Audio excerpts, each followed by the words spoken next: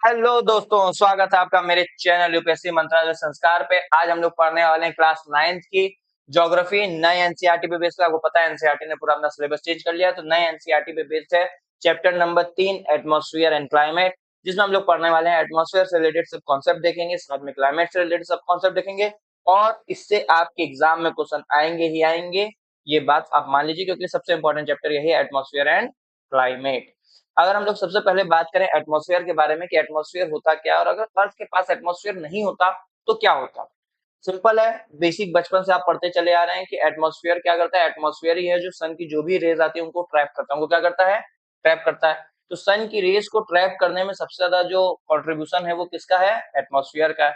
अगर एटमॉस्फेयर नहीं होता तो जो भी सन की रेज है आती और वो आके ट्रैप ना होके वापस चली जाती, आती आके ट्रैप ना होती वापस चली जाती, और जब वो वापस चली जाती है तो अर्थ जो हमारा ठंडा, जो हमारा इतना गर्म हो जा रहा है वार्म है, वो वार्म होता हुआ हमें नहीं नजर आता। अर्थ एकदम क्या होता? ठंडा रहता। तो एटमॉस्फेयर क्या कर रहा है? एटमॉस्फेयर क्या कर रहा है कि जो भी सन की रेज आ रही है उनको ट्रैप करने में हमें मदद कर रहा है। यही एटमॉस्फेयर की क्या है? खास बात है। अगर हम लोग बात करें कि एटमॉस्फेयर होता क्या है, तो एटमॉस्फेयर में डिफरेंट डिफरेंट क्या होते हैं? कंपोजिशन ऑफ गैसेज होते हैं। क्या होते हैं? कंपोजिशन ऑफ गैसेज हैं। कंपोजिशन ऑफ गैसेज का मतलब है कि जो भी एटमॉस्फेयर है डिफरेंट डिफरेंट गैसेज से जो है मिलके बना रहता है।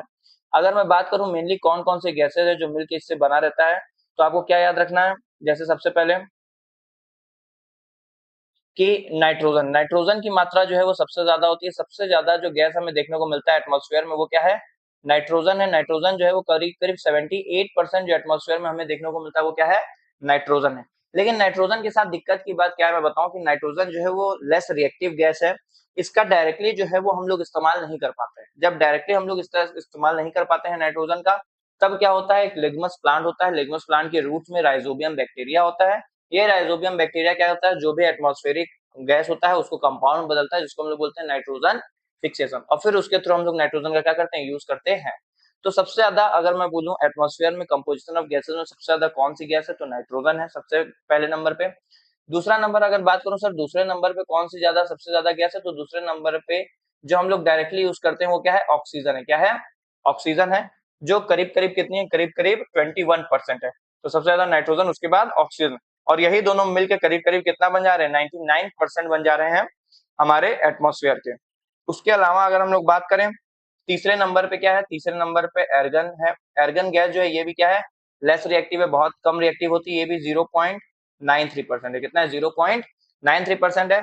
और चौथे नंबर पे अगर हम बात बताएं तो वो होती है कार्बन डाइऑक्साइड, जिसको हम लोग CO2 बोलते हैं, जिसकी मात्रा जो है वो पहले 0.03% थी, अब वो बढ़ के हो गई 0.04%।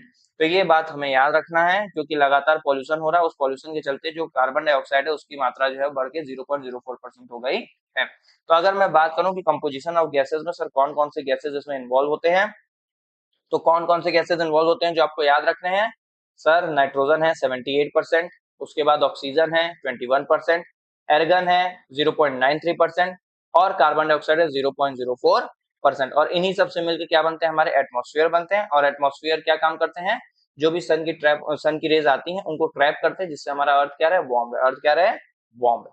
तो ये था कंपोजिशन ऑफ गैसेज। इतना बात आपको याद है।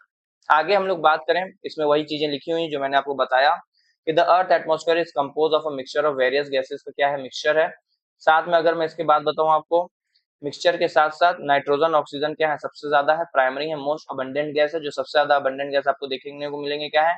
नाइट्रोजन और ऑक्सीजन। Oxygen 21%, nitrogen 78%। कौन कितने मात्रा में, ये आपको पता होना चाहिए। इनका सीक्वेंस जो है अगर वो कभी पूछ ले तो इनको क्या करिए? सीक्वेंस में अरेंज करिए, तो आपको पता होना चाहिए कौन सी गैस कितनी मात्रा में है। फिर उसके बाद एर्गन है, कार्बन डाइऑक्साइड है, हीलियम है, नियॉन है, क्रिप्टन है, एक्सॉन है, ओजोन है। ये सब चीजें भी आपको इस एटमॉस्फेयर में मिलेंगी, बहुत ही कम मात्रा में। Atmosphere also consist of water vapour. सबसे इंपॉर्टेंट बात यह है कि एटमॉस्फेयर में क्या है? वाटर वेपर है और टाइनी डस्ट पार्टिकल भी शामिल होते हैं। वाटर वेपर भी कहाँ है? एटमॉस्फेयर में ही है। और वाटर वेपर के अमाउंट की हम लोग बात करें तो बट इस जनरली रेंज कितना होता है? 0.1% से 0.4% तक। तो ये बात आपको याद रखनी है कि इसमें क्या होते हैं? एटमॉस्फेयर में जो है वाटर भी होता है, वाटर वेपर भी होता है, और वाटर वेपर की जो जनसंख्या है वो करीब करीब 0.1% से लेके 0.4% तक होती है। यहाँ तक सब क्लियर है? यहाँ तक कोई दिक्कत? कोई दिक्कत नहीं। और यही वाटर वेपर क्या करता है, प्रेसिपिटेशन करने में मदद करता है। जो प्रेसिपिटेशन हो पाता है इसी की वजह से होता है। एक बार इसमें भी देख लेते हैं।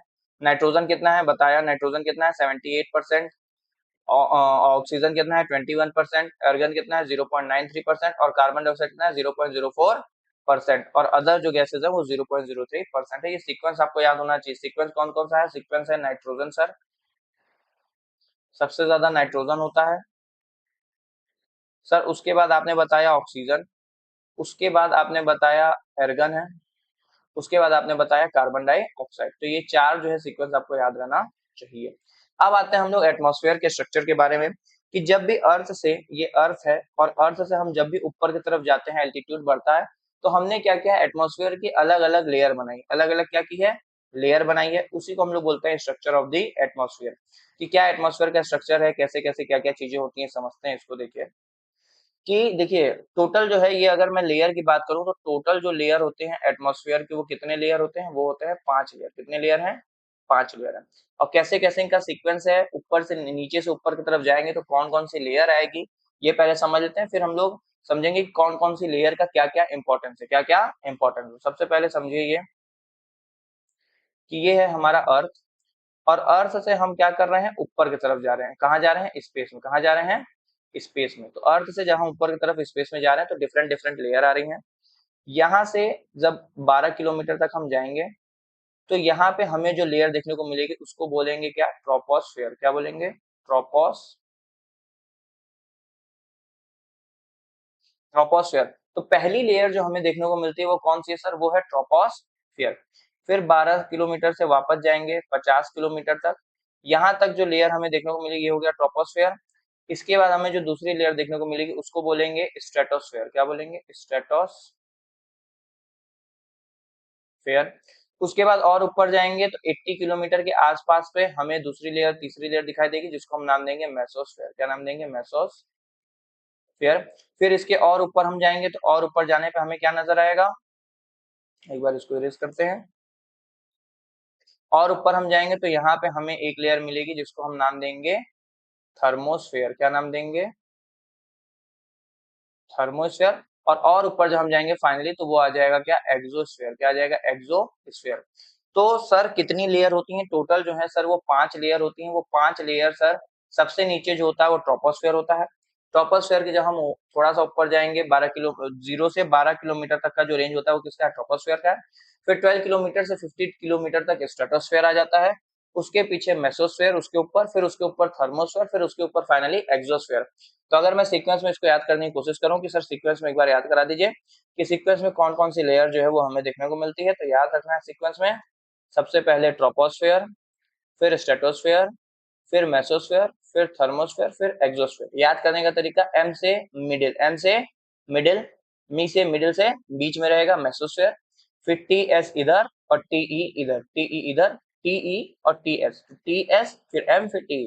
ट्रोपोस्फेयर, स्ट्रेटोस्फेयर, मेसोस्फेयर और थर्मोस्फेयर, फिर आखिरी में एक्सोस्फेयर। तो ये 5 लेयर हो गई। अब हम पढ़ते हैं इन हर एक लेयर की क्या है, हर एक लेयर की अपनी अपनी एक सिग्निफिकेंट है, अपना अपना एक इंपॉर्टेंस है। उस इंपॉर्टेंस को हम लोग पढ़ते हुए चलते हुए समझते हैं। सबसे पहली लेयर की हम लोग बात करेंगे। सबसे पहला लेयर हमें जो देखने को मिला अर्थ से जो शुरू हुआ वो क्या था, ट्रोपोस्फेयर। क्या था सर, ट्रोपोस्फेयर। तो सबसे पहले हम लोग बात करेंगे किसके बारे में, ट्रोपोस्फेयर के बारे में बात करेंगे कि ट्रोपोस्फेयर, अच्छा हाँ, और इसके बीच में ये जो लाइन आपको नजर आ रही है, अगर मैं दूसरे कलर से आपको ये करूं कि ये जो लाइन है बीच में, जो मैं ये लाइन बनाया हूँ, ये लाइन और कुछ नहीं है, यहाँ पे ट्रोपोस्फेयर खत्म हो गया तो इसको बोलेंगे ट्रोपोपॉज। क्या बोलेंगे, ट्रोपोपॉज नाम देंगे। ठीक है, यहाँ पे स्ट्रेटोस्फेयर खत्म हो गया तो इस लाइन को नाम देंगे स्ट्रेटोपॉज।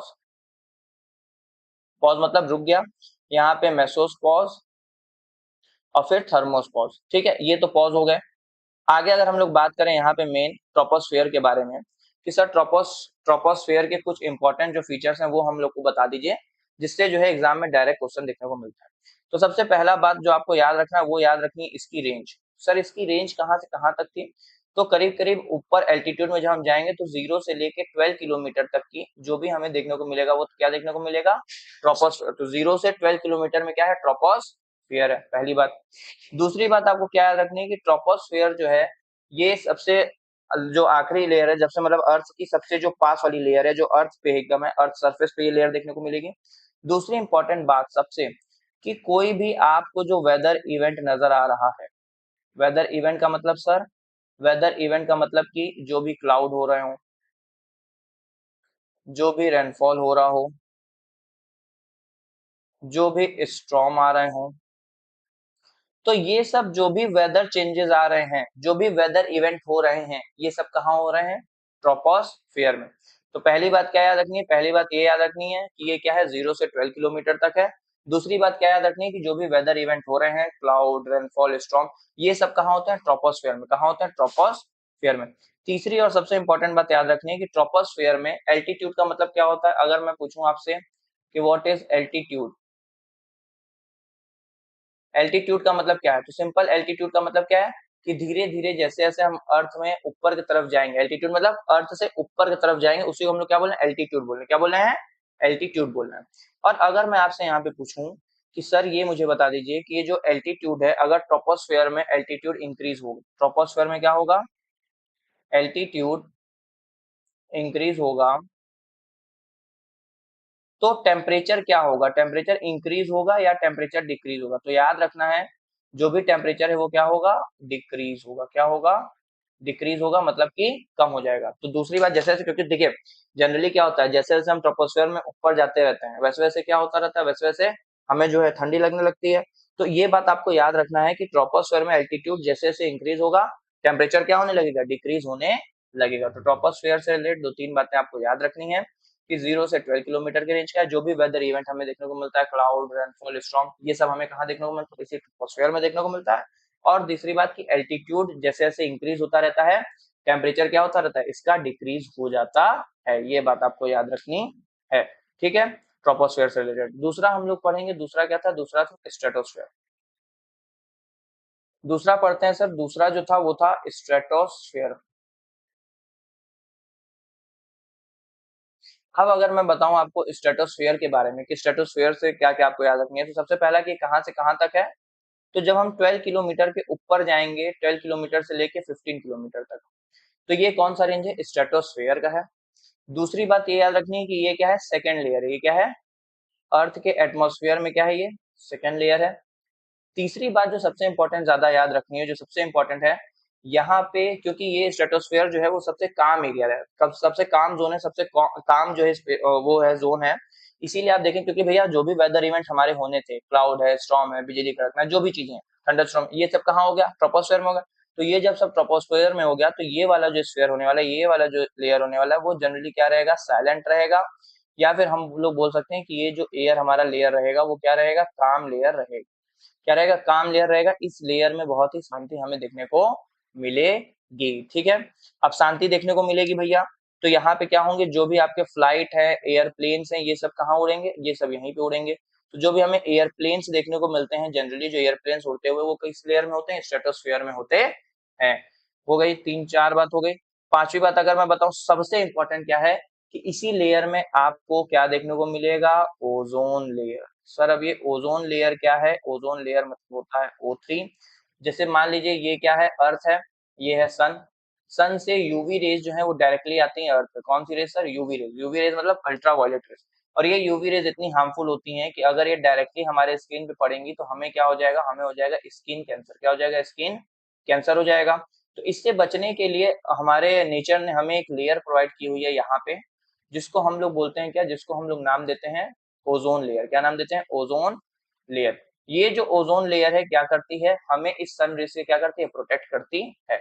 और यही ओजोन लेयर हमें किस एटमॉस्फेयर के लेयर में देखने को मिलती है? स्ट्रेटोस्फेयर में। ये बात आपको पता होना चाहिए कि ओजोन लेयर जो है वो किस एटमॉस्फेयर में देखने को मिलती है? स्ट्रेटोस्फेयर। अच्छा, अब क्या होता है? ओजोन लेयर बहुत बार हमें जो है अब ये ओजोन लेयर क्या हमारे लिए अच्छी बात है, लेकिन धीरे धीरे आपको पता है पर्यावरण के चलते, जनरली सीएफसी के चलते, किससे चलते सर? सीएफसी। सीएफसी का मतलब क्या हो गया?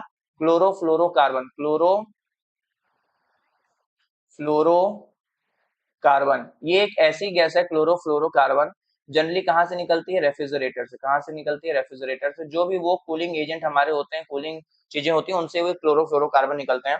और ये सीएफसी क्या करते हैं? जैसे ही एटमॉस्फेयर में जाते हैं, ऊपर एयर में जाते हैं, ये इस ओजोन के साथ रिएक्ट करते हैं और ओजोन को डिप्लीट कर देते हैं। ओजोन को क्या कर देते हैं? डिप्लीट कर देते हैं। तो अगर ओजोन जो है धीरे धीरे डिप्लीट होगा तो उससे यूवी रेज रेडिएशन और ज्यादा स्ट्रांग हो जाएंगे और उससे स्किन कैंसर के साथ और ज्यादा क्या हो जाएंगे? बढ़ जाएंगे। तो इसीलिए हम क्या देखते हैं कि हमें क्या किया गया कि हमने इस सीएफसी को बंद किया और हम जो है हाइड्रोफ्लोरोक्लोरोकार्बन के ऊपर मूव कर गए। बाद में पता चला कि वो ग्रीन हाउस गैस है, तो हम दूसरे एजेंट की तरफ मूव। तो ये जो है समस्या है ओजोन से रिलेटेड। आपको क्या याद रखना है कि ये जो ओजोन लेयर है ये भी हमें किसमें देखने को मिलेगा? स्ट्रेटोस्फीयर में। और इसको बोलेंगे गुड ओजोन। क्या बोलेंगे? Good ozone. Sir good ozone है मतलब कोई बैड ओजोन भी होता होगा? जी बिल्कुल, बैड ओजोन होता है। बैड ओजोन की अगर मैं बात करूं कि अगर यही ओजोन को कहाँ देखने को मिले? ट्रोपोस्फियर में। कहाँ पे? ट्रोपोस्फियर में। क्योंकि अगर ये ट्रोपोस्फियर में रहेगा तो ये डिफरेंट डिफरेंट जो हमारे पॉल्यूटेंट गैस है उनके साथ क्या करेगा? रिएक्ट करेगा और सेकेंडरी पॉल्यूशन बना देगा। क्या बना देगा? सेकेंडरी पॉल्यूशन बना देगा, जो कि हमारे लिए अच्छी बात नहीं है। तो उसको हम लोग नाम देंगे क्या? Bad ozone. क्या नाम देंगे? Bad ozone. तो ये बात आपको पता होनी चाहिए कि स्ट्रेटोस्फेयर से 4-5 बातें। अच्छा, एक बातें और हैं स्ट्रेटोस्फेयर से, अभी देखिएगा। एक बातें और क्या है? टेम्परेचर वाला। क्या टेम्परेचर वाला बात है? टेम्परेचर वाला बात ये है कि अब स्ट्रेटोस्फेयर में क्योंकि यहाँ पे यूवी रेडिएशन आ रहा है और ओजोन लेयर क्या करे? पूरी यूवी रेडिएशन को रोक देगी। तो इसी रोकने की वजह से क्या होगा? ये लेयर जो है वो सबसे हॉटेस्ट मतलब सबसे गर्म लेयर रहेगी। गर्म हॉटेस्ट मतलब सबसे गर्म नहीं रहेगी, मतलब ट्रोपोस्फेयर के कंपैरिजन में क्या रहेगी? गर्म रहेगी। मतलब अगर मैं इसमें कहूँ कि इसमें सर अगर एल्टीट्यूड हमारा इंक्रीज होगा, एल्टीट्यूड बढ़ेगा तो टेम्परेचर कम होगा या घटेगा? तो पिछले वाले में क्या हो रहा था? जैसे जैसे हम ऊपर जा रहे थे ट्रोपोस्फेयर में टेम्परेचर कम हो रहा था, लेकिन क्योंकि यहाँ पे ओजोन लेयर है और यूवी रेज डायरेक्ट वो ट्रैप कर ले रहा है तो वो लेयर क्या हो जाएगी? गर्म हो जाएगी। तो इसीलिए इसमें हम जब एल्टीट्यूड में बढ़ेंगे तो टेम्परेचर हमारा क्या हो जाएगा? इंक्रीज हो जाएगा। क्या हो जाएगा? इंक्रीज हो जाएगा। इतना बात आपको याद रखना है कि टेम्परेचर हमारा। हमने क्या देखा है? स्ट्रेटोस्फीयर में 4-5 चीजें होती हैं जो आपको याद रखनी है। क्या क्या याद रखनी है? पहले 12 से 50 किलोमीटर तक होता है। दूसरा सेकंड लेयर है। थर्ड साइलेंट और काम लेयर है। ओजोन लेयर भी हमें यहीं पे देखने को मिलता है। और सबसे बड़ी बात है, जो भी एयरप्लेन्स और हवाई जहाज ये सब जो भी चीजें उड़ती हैं, फ्लाइट तो यहीं पे आपको देखने को मिलेंगे। और उससे सबसे ज्यादा इंपॉर्टेंट बात कि स्ट्रेटोस्फीयर में जब जैसे जैसे हम एल्टीट्यूड पे बढ़ते हैं वैसे वैसे टेम्परेचर जो है वो इंक्रीज होता हुआ हमें नजर आता है। तो 2 लेयर अभी तक हम लोग कवर कर लिए, ट्रोपोस्फीयर, स्ट्रेटोस्फीयर। फिर हम आते हैं अपने तीसरे लेयर की तरफ जो है मेसोस्फीयर। जो क्या है? मेसोस्फीयर। अब ये जो मेसोस्फीयर है इसकी खास बात समझिएगा कि मेसोस्फीयर की क्या खास बात है और ये क्या करता है। तो सबसे बड़ी बात अगर मैं बताऊं मेसोस्फीयर की, पहला इंपॉर्टेंट बात कि ये कौन सी लेयर है सर? थर्ड लेयर है। और या फिर ये मिडिल लेयर भी उसको बोल सकते हैं। इसको क्या बोल सकते हैं? मिडिल लेयर भी बोल सकते हैं, थर्ड लेयर भी बोल सकते हैं। दूसरी इंपॉर्टेंट बात कि सबसे कोल्डेस्ट लेयर अगर आपसे पूछ लिया जाए कि सबसे ठंडी लेयर कौन सी है तो वो है मेसोस्फीयर। कौन सी है? मेसोस्फीयर। सबसे कोल्डेस्ट लेयर जो है वो मेसोस्फीयर है। और तीसरी इंपॉर्टेंट बात याद रखना है कि मेसोस्फीयर में जैसे जैसे जो है वो एल्टीट्यूड बढ़ता रहता है, एल्टीट्यूड इंक्रीज होता है, वैसे वैसे हमें क्या नजर आता है कि टेम्परेचर डिक्रीज हो रहा है। टेम्परेचर क्या हो रहा है? डिक्रीज हो रहा है। तो ये बात आपको याद रखना है कि इसमें एल्टीट्यूड बढ़ता है तो टेम्परेचर क्या हो जाता है? डिक्रीज हो जाता है। और इसमें क्या याद रखना है कि ये क्या है? थर्ड लेयर है, मिडिल लेयर है, ओल्डेस्ट लेयर है। और सबसे इंपॉर्टेंट बात कि जो भी मीटियोर्स होते हैं, मीटियोर्स आपको पता है टूटते तारे जो भी आते हैं वो गायब हो जाते हैं, बर्न हो जाते हैं किस लेयर में? इसी मेसोस्फीयर में। तो डायरेक्ट क्वेश्चन आता है कि कौन सी ऐसी लेयर है जो रिस्पॉन्सिबल है मीटियोर्स के बर्निंग के लिए, जो क्या करती है? मीटियोर्स को बर्न करा देती है। तो उसके लिए कौन सी लेयर रिस्पॉन्सिबल है? ये आपको पता होना चाहिए, वो है मेसोस्फीयर। कौन सी लेयर है? मेसोस्फीयर। तो तीनों लेयर पता होना चाहिए, ट्रोपोस्फीयर, स्ट्रेटोस्फीयर और मेसोस्फीयर। कोल्डेस्ट लेयर है मेसोस्फीयर, थर्ड लेयर है। इसकी रेंज की अगर हम लोग बात करें तो इसका रेंज कितना है? इसका रेंज हो जाता है 50 किलोमीटर से 80 किलोमीटर तक। ठीक है, ये बात आपको याद रखनी है। ठीक है, आगे हम लोग बढ़ते हैं थर्मोस्फेयर की तरफ में कि थर्मोस्फेयर क्या है। थर्मोस्फेयर के लिए जगह नहीं बची, कहाँ समझाऊं कहाँ समझाऊं। यहाँ समझिए। तो अब क्या है, 3 लेयर हम लोग देख लिए, हम लोग ट्रोपोस्फेयर, स्ट्रेटोस्फेयर, मेसोस्फेयर देख लिया। अब बात करते हैं थर्मोस्फेयर की। अगर बात करूं थर्मोस्फेयर में तो सबसे बड़ी बात है इसकी रेंज की। अगर हम लोग बात करें तो इसकी रेंज जो होती है वो 80 किलोमीटर के अबव और करीब करीब 700 किलोमीटर तक चली जाती है। ठीक है। दूसरा इंपॉर्टेंट बात इसमें क्या याद रखना है कि जैसे जैसे एल्टीट्यूड बढ़ता रहता है, जैसे जैसे क्या होता है? एल्टीट्यूड बढ़ता रहता है, इसमें जो है वो भी टेम्परेचर क्या होता है? इंक्रीज होता रहता है। तो ये बात याद रखना है कि जैसे जैसे एल्टीट्यूड क्या हो रहा है, बढ़ रहा है, टेम्परेचर क्या हो रहा है, इंक्रीज हो रहा है, टेम्परेचर क्या हो रहा है, बढ़ रहा है, ये बात याद रखना है। और तीसरी सबसे इंपॉर्टेंट बात थर्मोस्फेयर में क्या याद रखना है कि इसी थर्मोस्फेयर में क्या मौजूद होते हैं, आयंस मौजूद होते हैं, और यही आयंस जो है वो रेडियो वेव को ट्रांसमिशन करने में मदद करते हैं। जो भी रेडियो वेव ट्रांसमिशन हो पाता है इसी के थ्रू हो पाता है, और इसी रेडियो वेव ट्रांसमिशन के थ्रू हमारा रेडियो कम्युनिकेशन जो है वो पॉसिबल हो पाता है। तो जो भी हमारा रेडियो कम्युनिकेशन पॉसिबल हो पा रहा है वो किस लेयर में हो पा रहा है, अगर आपसे पूछ लिया जाए रेडियो कम्युनिकेशन जो है वो पॉसिबल हो रहा है वो किस लेयर में है, तो वो लेयर आपको याद होनी चाहिए, वो लेयर है थर्मोस्फेयर। कौन सी लेयर है, थर्मोस्फेयर, क्योंकि इसमें आयन मौजूद होते हैं और आयन क्या करते हैं, जो भी रेडियो वेव होता है उसको ट्रांसमिट करने में मदद करते हैं। तो रेडियो वेव कम्युनिकेशन जो हो पा रही है, रेडियो कम्युनिकेशन वो भी किस लेयर में हो रही है, थर्मोस्फेयर में हो रही है। और सबसे इंपॉर्टेंट बात अगर मैं यहाँ पे आपको बताऊं तो वो क्या याद रखना है कि एल्टीट्यूड वाला हम लोग कर ही लिए, आयनोस्फेयर कर ही लिए, रेंज कर ही लिए, और ट्रॉमा जो थर्मोस्फेयर है वो कब शुरू होगा, स्ट्रेटोपॉज के बाद से। कौन सी लेयर है ये, फोर्थ लेयर है। कौन सी लेयर है, फोर्थ लेयर। स्ट्रेटोस्फेयर के बाद बोला हूं, मेसोस्फेयर के बाद, मेसोपॉज के बाद ये शुरू होगी, और ये क्या है, फोर्थ लेयर है। कौन सी लेयर है, फोर्थ लेयर है। अब बढ़ रहे हम लोग अपने आखिरी लेयर की तरफ जो है एक्सोस्फेयर, जो क्या है, एक्सोस्फेयर है। अगर एक्सोस्फेयर की बात करें तो सबसे इंपॉर्टेंट बात कि ये 7 किलोमीटर के अबव चली जाएगी, ठीक है, और सीधा क्या करेगी, स्पेस में, स्पेस के जस्ट पहले वाली लेयर, ये क्या है, सबसे लास्ट लेयर है, सबसे क्या है, लास्ट लेयर इसको बोल सकते हैं, या फिर इसको बोल सकते हैं फिफ्थ लेयर। क्या बोल सकते हैं, फिफ्थ लेयर बोल सकते हैं। ये सबसे हॉटेस्ट लेयर भी आपको यही नजर आएगी, सबसे हॉटेस्ट लेयर जो है वो यही है। इसमें क्या होगा, जैसे जैसे एल्टीट्यूड जो है वो क्या होगा, बढ़ेगा, इसमें जो है आपको क्या नजर आएंगे कि टेम्परेचर जो है वो और ज्यादा बढ़ जाएगा, टेम्परेचर क्या होगा, और ज्यादा बढ़ता हुआ, इंक्रीज होता हुआ हमें नजर आएगा।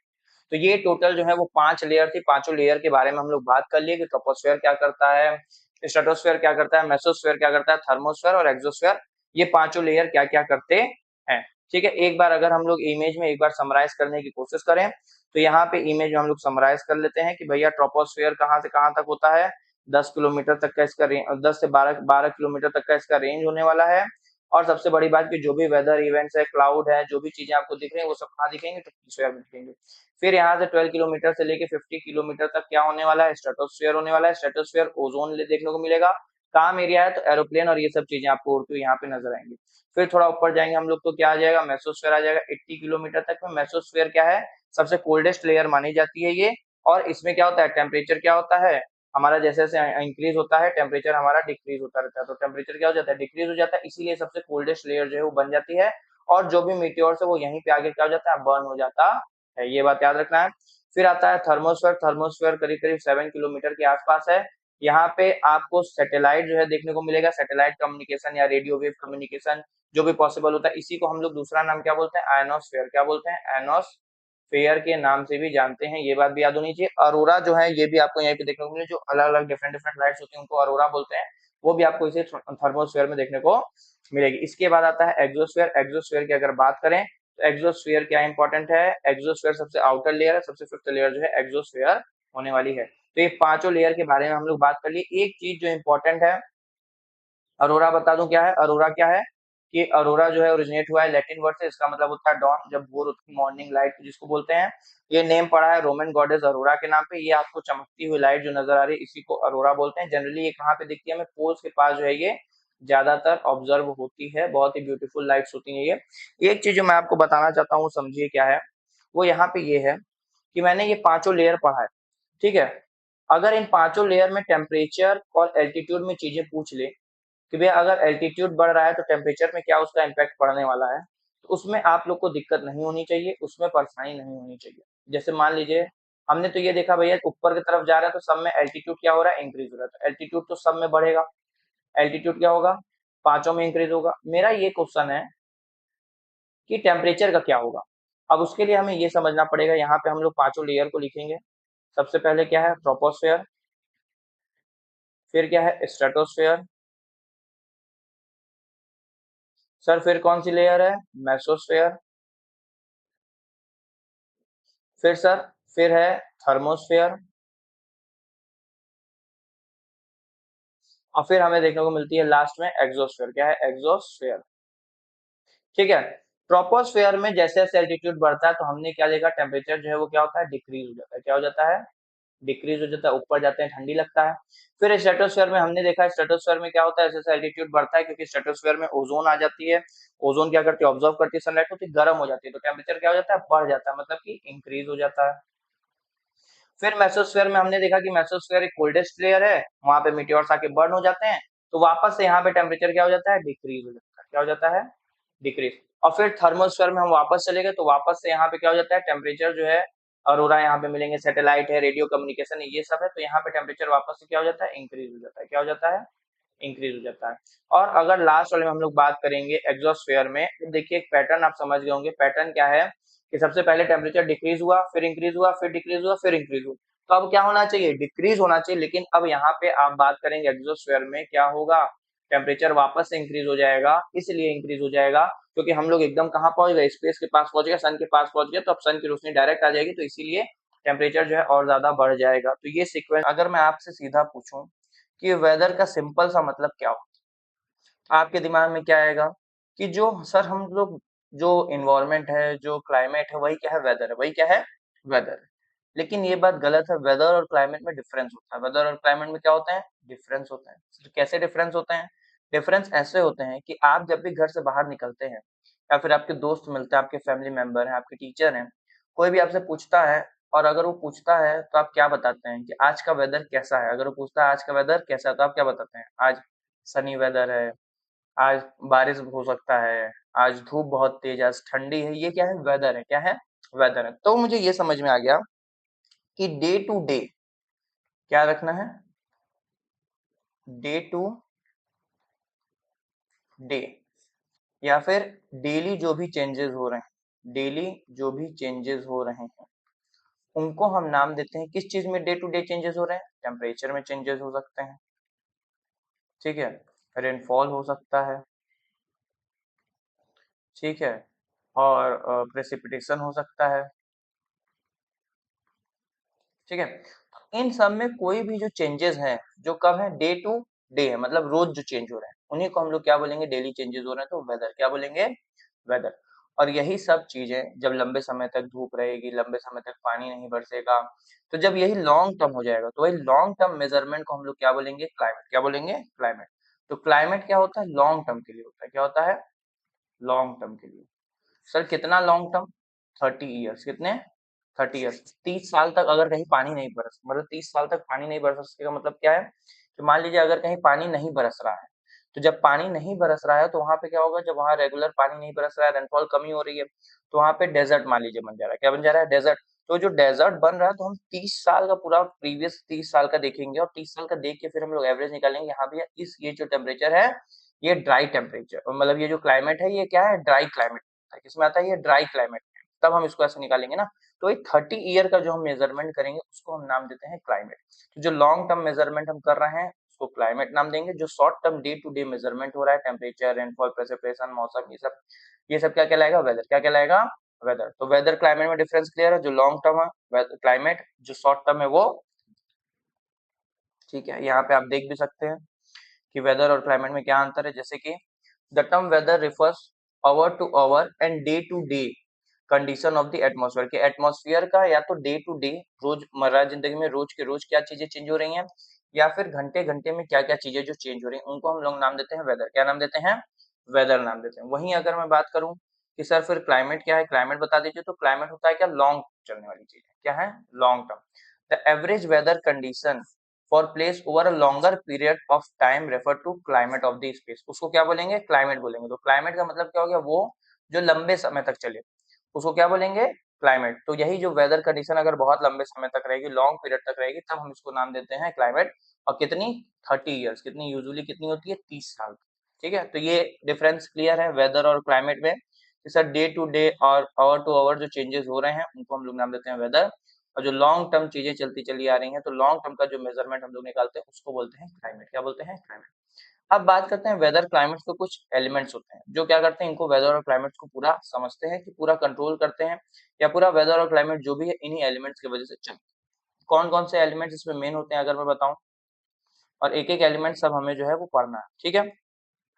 एक एलिमेंट होता है, सबसे इंपॉर्टेंट एलिमेंट क्या है, टेम्परेचर है, क्या है, टेम्परेचर है, ठीक है। तो मैं जो है इसको इरेज करता हूँ और मैं ऐसे एक एक करके सामने लिखूंगा, फिर एक एक करके हम लोग डिस्कशन करेंगे। सबसे पहले क्या है, टेम्परेचर आता है, ठीक है। दूसरे में ह्यूमिडिटी मान लीजिए आ गया। तीसरे में ह्यूमिडिटी हो गया, टेम्परेचर हो गया, एटमॉस्फेरिक प्रेशर, प्रेसिपिटेशन हो गया, प्रेसिपिटेशन हो गया, ठीक है। फिर एटमॉस्फेरिक प्रेशर हो गया।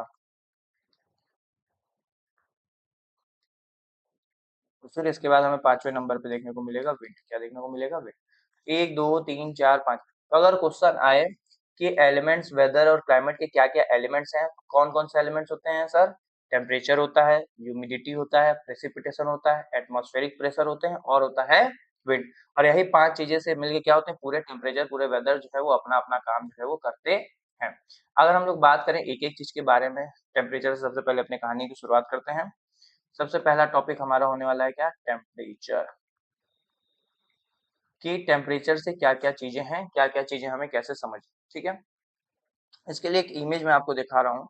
इमेज से हम लोग ज्यादा बेहतर समझ पाते हैं। जैसे ये इमेज में जो आपको यहाँ पे ये दिख रहा है इमेज, ये कि हमारा जो भी अर्थ है वो क्या है, अर्थ हमारा पूरा जो है स्फीयर नहीं है, वो थोड़ा सा टिल्टेड है। कैसा है, टिल्टेड मतलब थोड़ा झुका हुआ। तो ये हमारा अर्थ का एक्सेस आपको देखने को मिलेगा, नॉर्थ है, ये साउथ है, और ये हमारा क्या है, पूरा ग्लोब है। क्या, पूरा ग्लोब। ये सन है, सन की जो भी रेस पड़ रही है वो यहाँ पड़ रही है, यहाँ पड़ रही है, यहाँ पड़ रही है, यहाँ पड़ रही है, यहाँ पड़ रही है, ठीक है।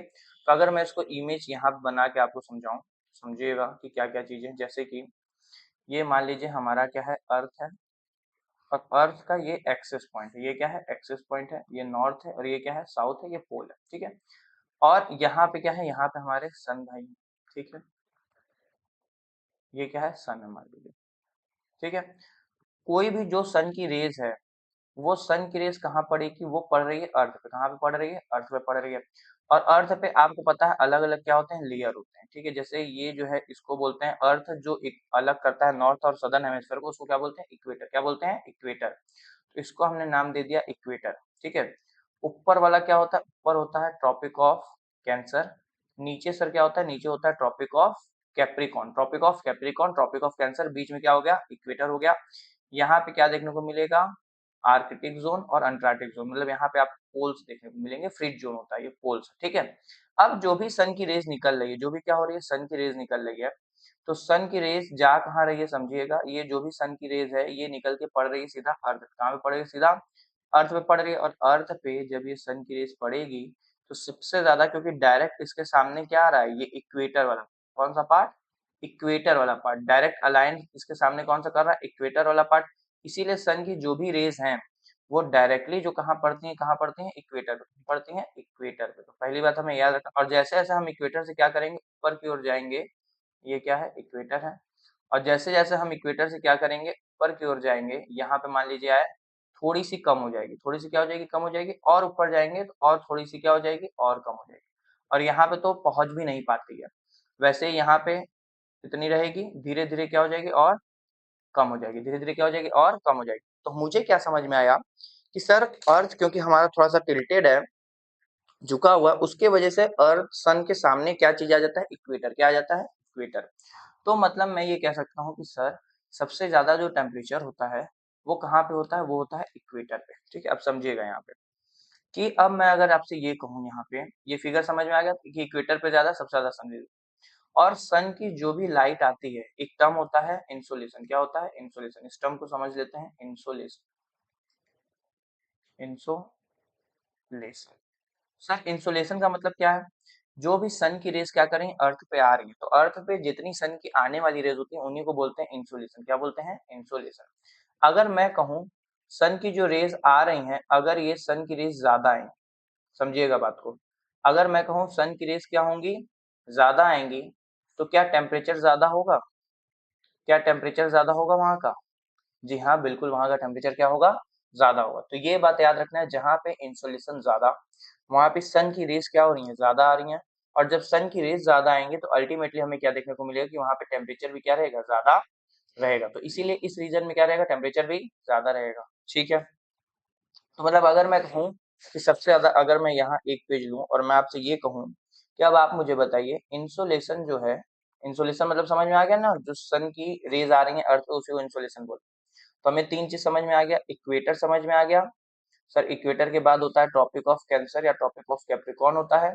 ठीक, उसके बाद बोलते हैं टेम्परेट जोन एक आता है, तो ये टेम्परेट जोन होता है। फिर उसके बाद आता है पोल, उसके बाद क्या है पोल्स है। तो ये चार चीजें आती हैं, equator, tropic of Cancer, Capricorn, temperate zone और पोल्स। ठीक है, अगर इमेज में मैं यहाँ पे बनाऊं तो ऐसे समझिएगा, equator, tropic of Cancer, tropic of Capricorn, फिर यहाँ टेम्परेट रीजन आ जाता है, यहाँ पे टेम्परेट आ जाता है, और फिर उसके ऊपर ये वाला जो एरिया है पोल क्या है। तो अगर मैं कहूं कि इक्वेटर पे इंसोलेशन क्या है सबसे ज्यादा है, सबसे क्या है मैक्सिमम। क्यों मैक्सिमम है? क्योंकि हमारा अर्थ क्या है थोड़ा सा टिल्टेड है, थोड़ा सा झुका हुआ, वो झुके होने की वजह से अर्थ का इक्वेटर वाला जो पॉइंट है, एरिया है, वो डायरेक्ट सन के सामने आ जा रहा है, डायरेक्ट क्या हो जा रहा है सन के सामने। तो इक्वेटर पे क्या है इंसोलेशन सबसे ज्यादा है, मैक्सिमम है, इसीलिए टेम्परेचर भी क्या है इक्वेटर पे ज्यादा हमें देखने को मिलेगा। फिर ट्रॉपिक ऑफ कैंसर पे भी थोड़ा ज्यादा है, मतलब इक्वेटर से कम है, इक्वेटर से कम है टेम्परेचर। फिर थोड़ा कम इससे है, फिर थोड़ा कम इससे, मतलब सबसे कम जो टेम्परेचर हमें देखने को मिलेगा कहाँ पे देखने को मिलेगा, पोल पे देखने को मिलेगा, और सबसे ज्यादा कहाँ पे देखने को मिलेगा, इक्वेटर पे मैक्सिमम। तो हम ये कह सकते हैं एक वर्ड में, अगर मैं इनको बोलूं कि एक वर्ड में हम लोग कौन सा वर्ड यूज कर सकते हैं जो इसके लिए एकदम सुटेबल हो टेम्परेचर के लिए। अब हमें ये तो समझ में आ गया ना कि जो भी टेम्परेचर है वो किसके ऊपर डिपेंड है, किसके ऊपर डिपेंड है, इंसोलेशन के ऊपर है। तो मतलब मैं ये कह सकता हूँ कि जहां इंसोलेशन मैक्सिमम होगा वहां पे टेम्परेचर क्या होगी, ज्यादा होगी। मतलब इंसोलेशन डायरेक्टली प्रोपोर्शनल है किसके, टेम्परेचर के, जितना ज्यादा इंसोलेशन उतना ज्यादा टेम्परेचर। ये बात समझ में आ गया। अब तो मैं ये कह सकता हूँ कि भैया अगर हम पॉइंट में लिखेंगे, नोट करके, बहुत इंपॉर्टेंट बात है कि अगर हम लोग क्या करें, if we move towards poles from equator, then the temperature decrease gradually, decrease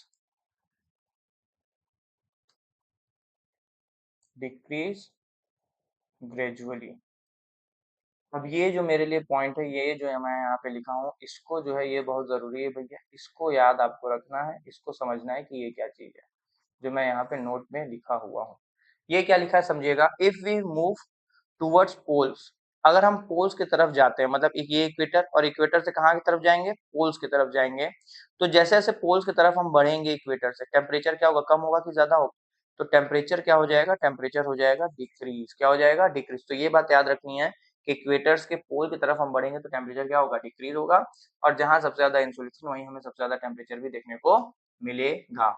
एक बात याद, लेकिन अब सबसे इंपॉर्टेंट बात, अब जहां से क्वेश्चन आएंगे ही आएंगे और आपको गलत नहीं करना, सबसे इंपॉर्टेंट बात, स्टार बना लीजिए भैया, बहुत जरूरी बात, मतलब इससे जरूरी आज के टॉपिक में मुझे नहीं लग रहा है कुछ है, इसीलिए स्टार जो है बना लीजिए। अब नॉर्मली हमने क्या देखा कि सर जब हम क्या करेंगे, इक्वेटर से पोल्स की ओर बढ़ेंगे, इक्वेटर से पोल्स की ओर बढ़ेंगे, तो टेम्परेचर क्या होगा, डिक्रीज होगा, टेम्परेचर क्या होगा, डिक्रीज होगा, मतलब कम होगा। इसीलिए आप देखेंगे कि इक्वेटर पे गर्मी ज्यादा है और पोल्स पे क्या है, ठंडी ज्यादा है।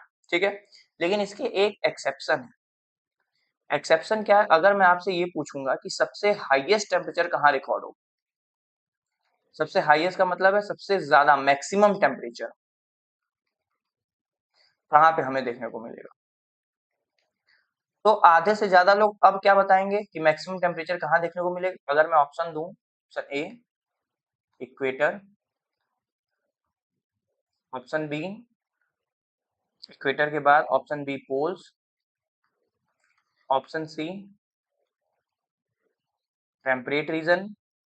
ठीक है, तो अगर मैं ये तीन ऑप्शन दूं और पूछूं कि हाईएस्ट और मैक्सिमम टेम्परेचर कहाँ रिकॉर्ड होगा, आधे से ज्यादा लोग जो बच्चे हैं जो टिक करेंगे, सब लोग कहाँ टिक करेंगे, सर अभी आप बताएं, आधे से ज्यादा जो हाईएस्ट टेम्परेचर, सबसे ज्यादा इंसुलेशन जो होता है वो कहाँ होता है, इक्वेटर पे होता है, इसलिए सबसे ज्यादा मैक्सिमम और हाईएस्ट टेम्परेचर भी रिकॉर्ड कहाँ होगा, इक्वेटर पे ही होगा।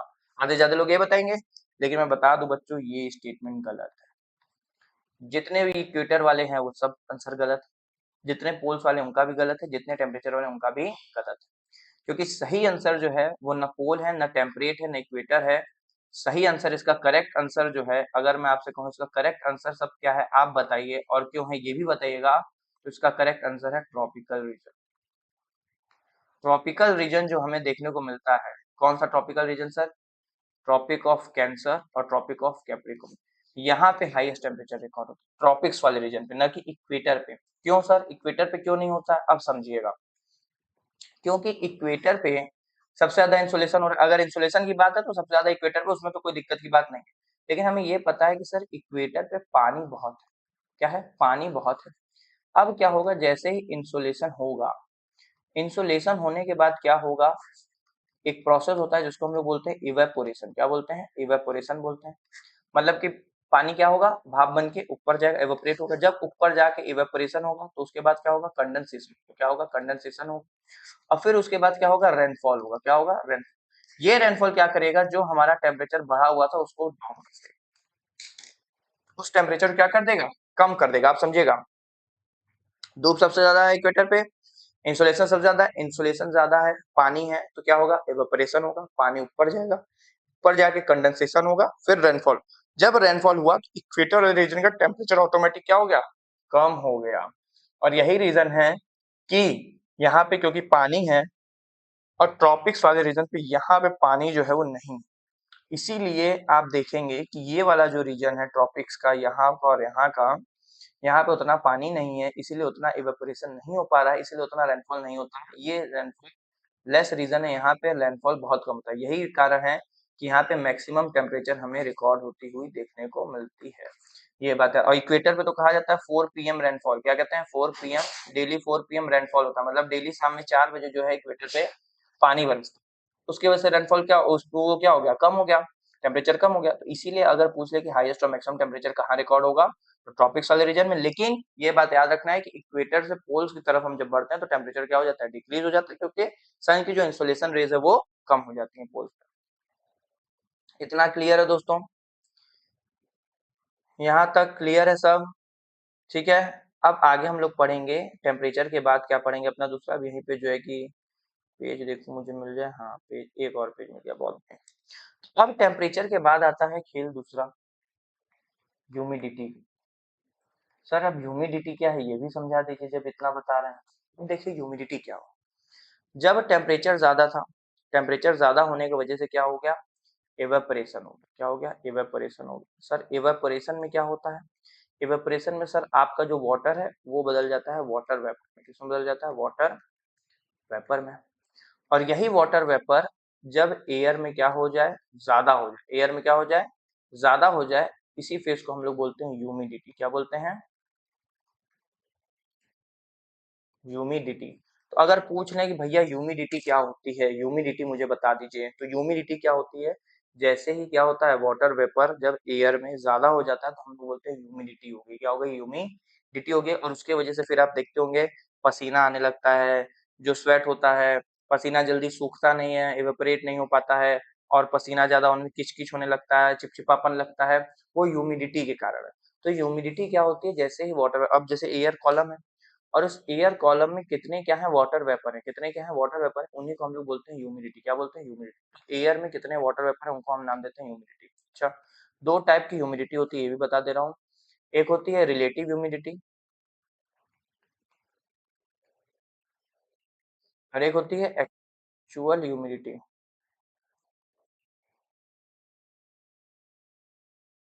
ठीक है, रिलेटिव ह्यूमिडिटी और एक्चुअल ह्यूमिडिटी। तो ये जो है एब्सोल्यूट बोलते हैं इसको, एक्चुअल नहीं, absolute humidity. Absolute humidity, actual नहीं, एब्सोल्यूट।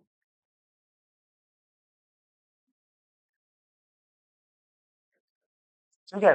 तो दो टाइप की ह्यूमिडिटी होती है। आरएस तो हमारे लिए सबसे जरूरी, क्योंकि जो भी रेनफॉल होगा, जो भी आरएस पे नापते हैं, रिलेटिव ह्यूमिडिटी पे। अब एब्सोल्यूट ह्यूमिडिटी और रिलेटिव ह्यूमिडिटी में क्या अंतर है समझिएगा। मान लीजिए ये कोई एयर है, कॉलम है, एयर कॉलम है, ठीक है। अब इसमें वाटर वेपर आ रहा है, वाटर वेपर आ रहा है, वाटर वेपर। अब कितना वाटर वेपर आ जाए कि ये फील हो जाए और फिर ये रेनफॉल होना शुरू हो जाए, क्या शुरू होना हो जाए, पानी बरसना शुरू हो जाए। तो समझिएगा एब्सोल्यूट ह्यूमिडिटी क्या होती है। एब्सोल्यूट ह्यूमिडिटी ये होती है कि कितना actual amount of water vapour present है, कितना actual amount of VP present है किसी एयर कॉलम में, किसी एयर कॉलम में कि कितना वाकई में, मान लीजिए अगर इसकी कैपेसिटी जो है वो 100% है, लेकिन अभी फील कितना है, 50% है।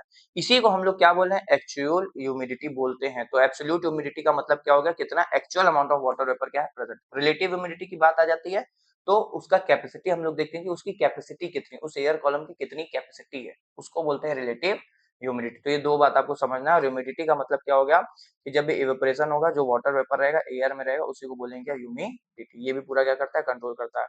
उसके बाद हमें क्या देखने को मिलेगा, अब थोड़ा सा जो है कि मुझे यहाँ पे पेज जो है वो थोड़ा सा यूज करना पड़ेगा, तो उसके लिए मैं क्या करूंगा, इसको जो है पूरा यहाँ से करूंगा गायब, कि मैं और अच्छे से चीजें आपको समझा पाऊँ।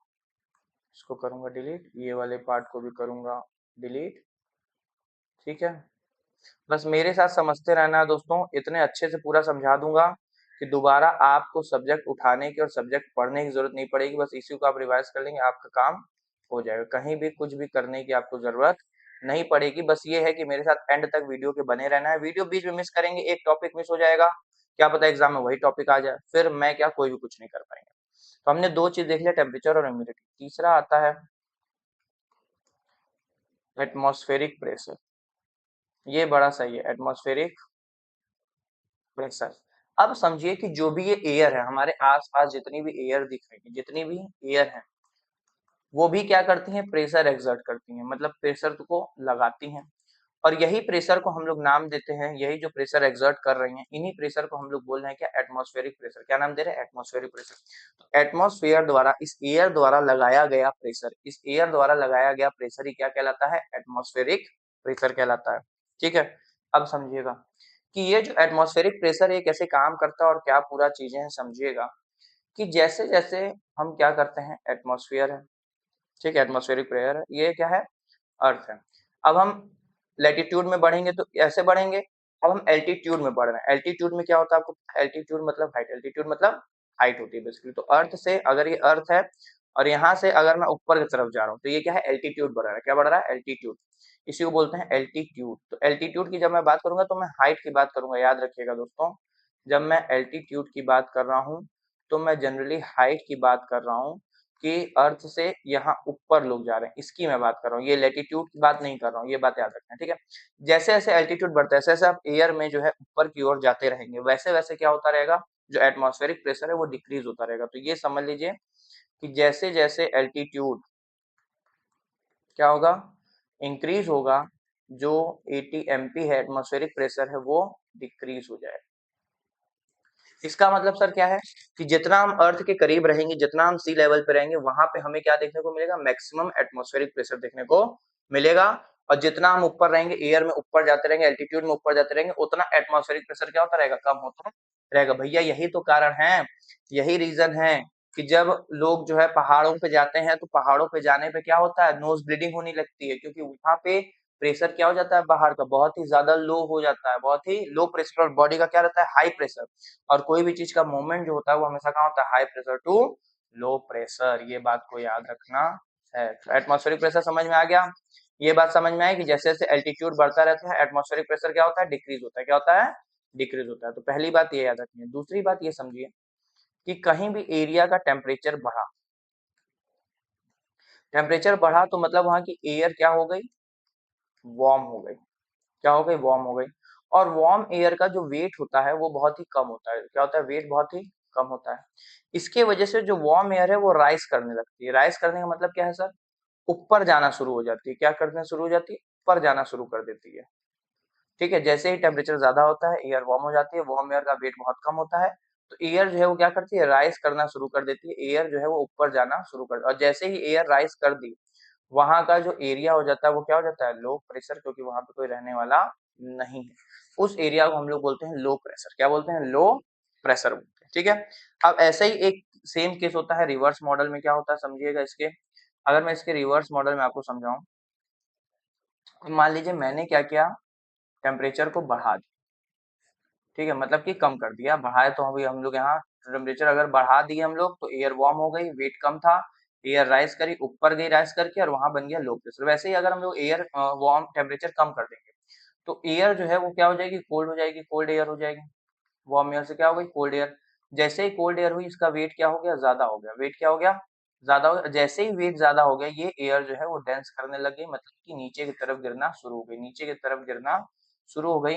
और जैसे ही ये क्या होगा, नीचे की तरफ आएगी, नीचे की तरफ आते ही ये बना लेगी क्या, हाई प्रेशर। क्या बना लेगी, हाई प्रेशर। तो सर मुझे एक चीज समझ में आ गया है कि वहां वहां लो प्रेशर बनेगा जहां जहां क्या है टेम्परेचर ज्यादा, तो जहां जहां मतलब टेम्परेचर ज्यादा रहेगा वहां की एयर राइज कर जाएगी, जब एयर राइज कर जाएगी वहां क्या बन जाएगा, लो प्रेशर। और जहां जहां क्या होगा, टेम्परेचर कम होगा, जहां जहां क्या होगा, टेम्परेचर कम होगा, कोल्ड एयर है, वेट ज्यादा हो जाएगा, डेंस करेगी, नीचे की तरफ आएगी, वहां वहां बनेगा क्या, हाई प्रेशर। क्या बनेगा, हाई प्रेशर। तो लो प्रेशर हाई प्रेशर वाला कॉन्सेप्ट क्लियर है, क्लियर है। लो प्रेशर कहाँ बनेगा, हाई प्रेशर कहाँ बनेगा। अब यही तो सब खेल है कि जो भी एयर की मूवमेंट होती है वो कहाँ होती है, high pressure to low pressure. इसको रेज कर रहा हूँ, अब समझिएगा। इसको 1 मिनट देंगे, पूरा इसको जो है इरेज करूंगा। अब ये तो मुझे समझ में आ गया ना, ये आप लोग का सबका क्लियर है कि कहाँ पे लो प्रेशर है, कहाँ पे हाई प्रेशर, और कैसे लो प्रेशर बना, कैसे हाई प्रेशर बना, और वो सिर्फ किस पे डिपेंड कर रहा है, टेम्परेचर पे। किस पे डिपेंड कर रहा है, टेम्परेचर पे। तो मुझे ये समझ में आ गया सर, मैं बताऊं यहाँ ना, समझिए कि अगर टेम्परेचर क्या हो जाता है, ज्यादा हो जाता है, टेम्परेचर ज्यादा हो जाने से एयर ऊपर चली जाती है, एयर ऊपर चली जाती है तो यहाँ बन जाता है लो प्रेशर। क्या बन जाता है, लो प्रेशर। सर मुझे दूसरा केस ये समझ में आ गया, टेम्परेचर जो है कम हो जाती है, जब टेम्परेचर कम हो जाती है तो एयर नीचे आती है, तो वहां बन जाता है क्या, हाई प्रेशर। सर ये दो कॉन्सेप्ट मेरे क्लियर है। अब समझिए होता क्या है। विंड, एयर और विंड में आपको अंतर पता है। अगर मैं पूछूं एयर में और विंड में क्या अंतर है, what is the difference between air and wind. तो एयर क्या है, स्टैटिक है, रुकी हुई। यही एयर क्या करना शुरू कर दे, जब मूवमेंट करना शुरू कर दे। क्या करना शुरू कर दे, मूवमेंट शुरू कर दे, उसी को हम लोग बोल रहे हैं विंड। क्या बोल रहे हैं, विंड। मेरा सवाल ये है, मूवमेंट करेगी क्यों, ऐसा क्या कारण हो जाता है जिसकी वजह से हवा चलने लगती है, हवा को चलना ही क्यों। अगर मेरा सवाल आपसे ये रहे कि why air move, why air become wind, क्यों, क्या इसके रीजन थे, क्या फैक्टर थे जिसकी वजह से एयर को एयर ना रह के विंड बनना पड़ा, क्या रीजन थे उसके। तो अब वहां पे हम लोग समझ रहे हैं, वहां पे हम रीजन के उसको उसके ऊपर समझ रहे हैं, समझिएगा कि क्यों एयर को, क्या ऐसी मजबूरी थी कि एयर को विंड बनना पड़ा। क्या एयर बन के काम नहीं चल रहा था, तो उसको विंड बनने की जरूरत क्यों पड़ी, भैया विंड इसलिए बनने की जरूरत पड़ी। अब समझिए, एक बहुत ही अच्छे एग्जाम्पल, हमें तो ये पता चल गया कि भैया जो भी इंसुलेशन होता है वो कभी भी एक साथ एक बराबर इवन जो है वो नहीं होता है, अनइवन है। क्या है, अनइवनली डिस्ट्रीब्यूशन उसका होता है। अनइवनली डिस्ट्रीब्यूशन का मतलब है कहीं ज्यादा होता है कहीं कम होता है, कहीं ज्यादा होता है कहीं कम होता है। ये मुझे पता चल गया। अब यही इंसुलेशन पूरा खेल देखिएगा हवा का, देखिएगा आप समझिएगा। कोई भी जो विंड है, ठीक है, अब समझिए, एक एग्जाम्पल एक बता रहा हूँ, बहुत अच्छे से समझिएगा। आपके मान लीजिए क्लासरूम है, क्लासरूम में 3 क्लासरूम है, ठीक है। कैपेसिटी बताओ, इसकी कैपेसिटी कितनी है, 40 कैपेसिटी है इसकी, यहाँ लिख देता हूँ कैपेसिटी। 40 बच्चों की कैपेसिटी है, ये भी 40 बच्चों की, ये भी 40 बच्चों की है, ठीक है। इसमें भी मान लीजिए अभी है कितने, अटेंडेंस कितनी है, इसमें भी 40 है, इसमें भी 40 है, इसमें भी 40। भैया जब 40 की कैपेसिटी है, 40 बच्चे हैं, तो क्या किसी को इधर उधर मूव करने की जरूरत है, क्या कोई इधर उधर जाएगा, यस और नो, इधर उधर जाएगा, नहीं जाएगा, कोई भी इधर उधर नहीं जाएगा, सब अपने जगह पर रहेंगे, ठीक है। ये क्या है, एयर है, क्या है, एयर। अब मान लीजिए यहाँ पे लोग जो है वो बढ़ गए, लोग यहाँ पे क्यों बढ़े, क्योंकि यहाँ पे इंसुलेशन था, इसके वजह से यहाँ पे क्या हो गया, लोग मान लीजिए बढ़ गए, लोग हो गए कितने हो गए, जब 60 हो गए तो यहाँ हो गया हाई प्रेशर। क्या हो गया, हाई प्रेशर। अब 60 के मुताबिक यहाँ 40 ही है, मतलब यहाँ क्या बना हुआ है, लो प्रेशर। क्या बना है, लो प्रेशर। क्या करेंगे, एक में 40 है, ऐसा करो ना, 10 बच्चे यहाँ से यहाँ ट्रांसफर कर दो। क्या करो, 10 बच्चे यहाँ से यहाँ ट्रांसफर कर दो, क्योंकि यहाँ से यहाँ कर दोगे तो यहाँ 50 हो जाएंगे और यहाँ भी कितने हो जाएंगे, 50, वापस से बैलेंस हो जाएगा। अब मैं क्या करूंगा, यहाँ से यहाँ बच्चे मूव करूंगा, और यही मूवमेंट ही तो विंड है सर, यही मूवमेंट ही क्या है, विंड है। तो ये मूवमेंट क्यों हुआ, ये मूवमेंट हुआ हाई और प्रेशर के वजह से, हाई और लो प्रेशर के वजह से। और हाई और लो प्रेशर किस वजह से हुआ, टेम्परेचर की वजह से, और टेम्परेचर किस वजह से हुआ, इंसोलेशन के वजह से।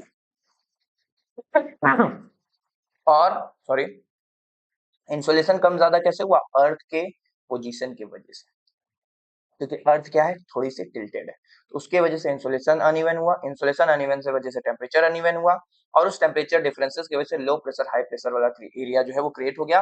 और इसीलिए हम कहते हैं कि विंड की जो डायरेक्शन होती है वो हमेशा क्या होती है, हाई प्रेशर से लो प्रेशर। भैया ये बताइए, जहां बच्चे ज्यादा हैं उसमें से वही ना बच्चे भेजोगे कि जहाँ बच्चे कम हैं, क्या कहाँ जहाँ कम बच्चे हैं वहीं से पूरा ज्यादा बच्चे और कर लोगे? तो यहाँ ज्यादा बच्चे हैं, यहाँ हाई प्रेशर है, तो हम क्या करेंगे, हाई प्रेशर से लो प्रेशर की तरफ मूव करेंगे। इसीलिए आपको ये याद रखना है कि विंड की मूवमेंट की डायरेक्शन, विंड क्यों हुआ, क्योंकि डिफरेंस हुआ प्रेशर का डिफरेंस क्यों हुआ, क्योंकि टेम्परेचर का डिफरेंस था। फिर वही बात, टेम्परेचर का डिफरेंस क्यों हुआ, क्योंकि इंसोलेशन कम हुआ।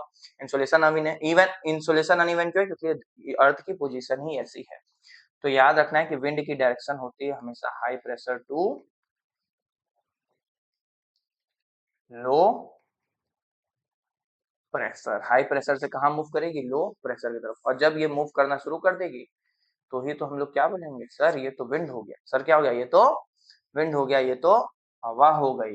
तो हमारे दो कॉन्सेप्ट यहाँ पे क्लियर हो गए, एटमॉस्फेरिक प्रेशर भी और विंड भी। ठीक है, तो हमने क्या क्या देख लिया इसमें से, एक बार टिक कर लेते हैं। इन पांचों में से हमने क्या क्या चीजें देखी, हमने ह्यूमिडिटी, हमने टेम्परेचर देख लिया, हमने ह्यूमिडिटी देख ली, हम एटमॉस्फेरिक प्रेशर देख लिया और विंड देख लिया, क्योंकि ये दोनों क्या है, एक दूसरे से जुड़े। अब विंड क्या है, विंड पे आऊंगा तो विंड क्या है, वही कि एयर की मूवमेंट हो रही है, वही क्या कहलाता है, विंड। एयर की मूवमेंट क्यों हो रही है, एटमॉस्फेरिक प्रेशर के डिफरेंस की वजह से, ये हम देख ही लिए।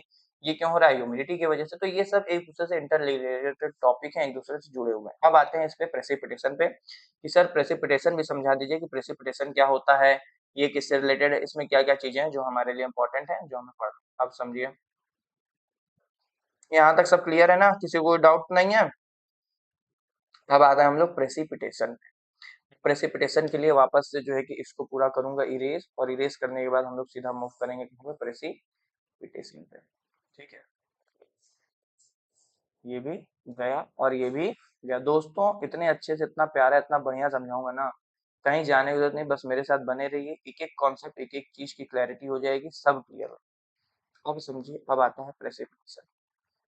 सर प्रेसिपिटेशन होता क्या है, अगर मैं आपसे सिंपल सा ये सवाल पूछूं, प्रेसिपिटेशन वर्सेस रेनफॉल, कितने हैं जो मुझे यहाँ पे ये जवाब दे पाएंगे कि प्रेसिपिटेशन और रेनफॉल में अंतर क्या? सिंपल क्वेश्चन है, प्रेसिपिटेशन में और रेनफॉल में डिफरेंस क्या है मुझे।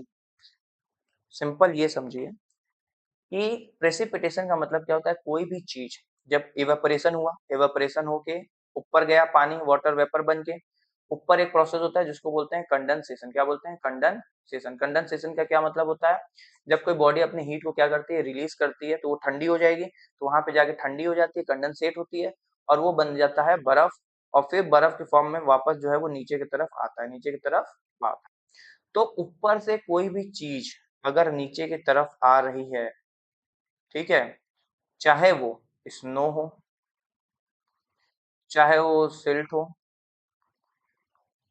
चाहे वो आइस क्यूब हो, आइस क्यूब्स भी आते हैं, चाहे वो वाटर, इन सब को हम लोग बोलेंगे क्या, प्रेसिपिटेशन। क्या बोलेंगे, प्रेसिपिटेशन। तो प्रेसिपिटेशन का मतलब क्या हो गया सर, कि ऊपर से कोई भी चीज क्लाउड्स में से आ रही है, वो बर्फ भी आ सकता है, स्नो भी आ सकता है, सिल्ट भी आ सकते हैं, हेज भी आ सकते हैं, कुछ भी आ सकता है।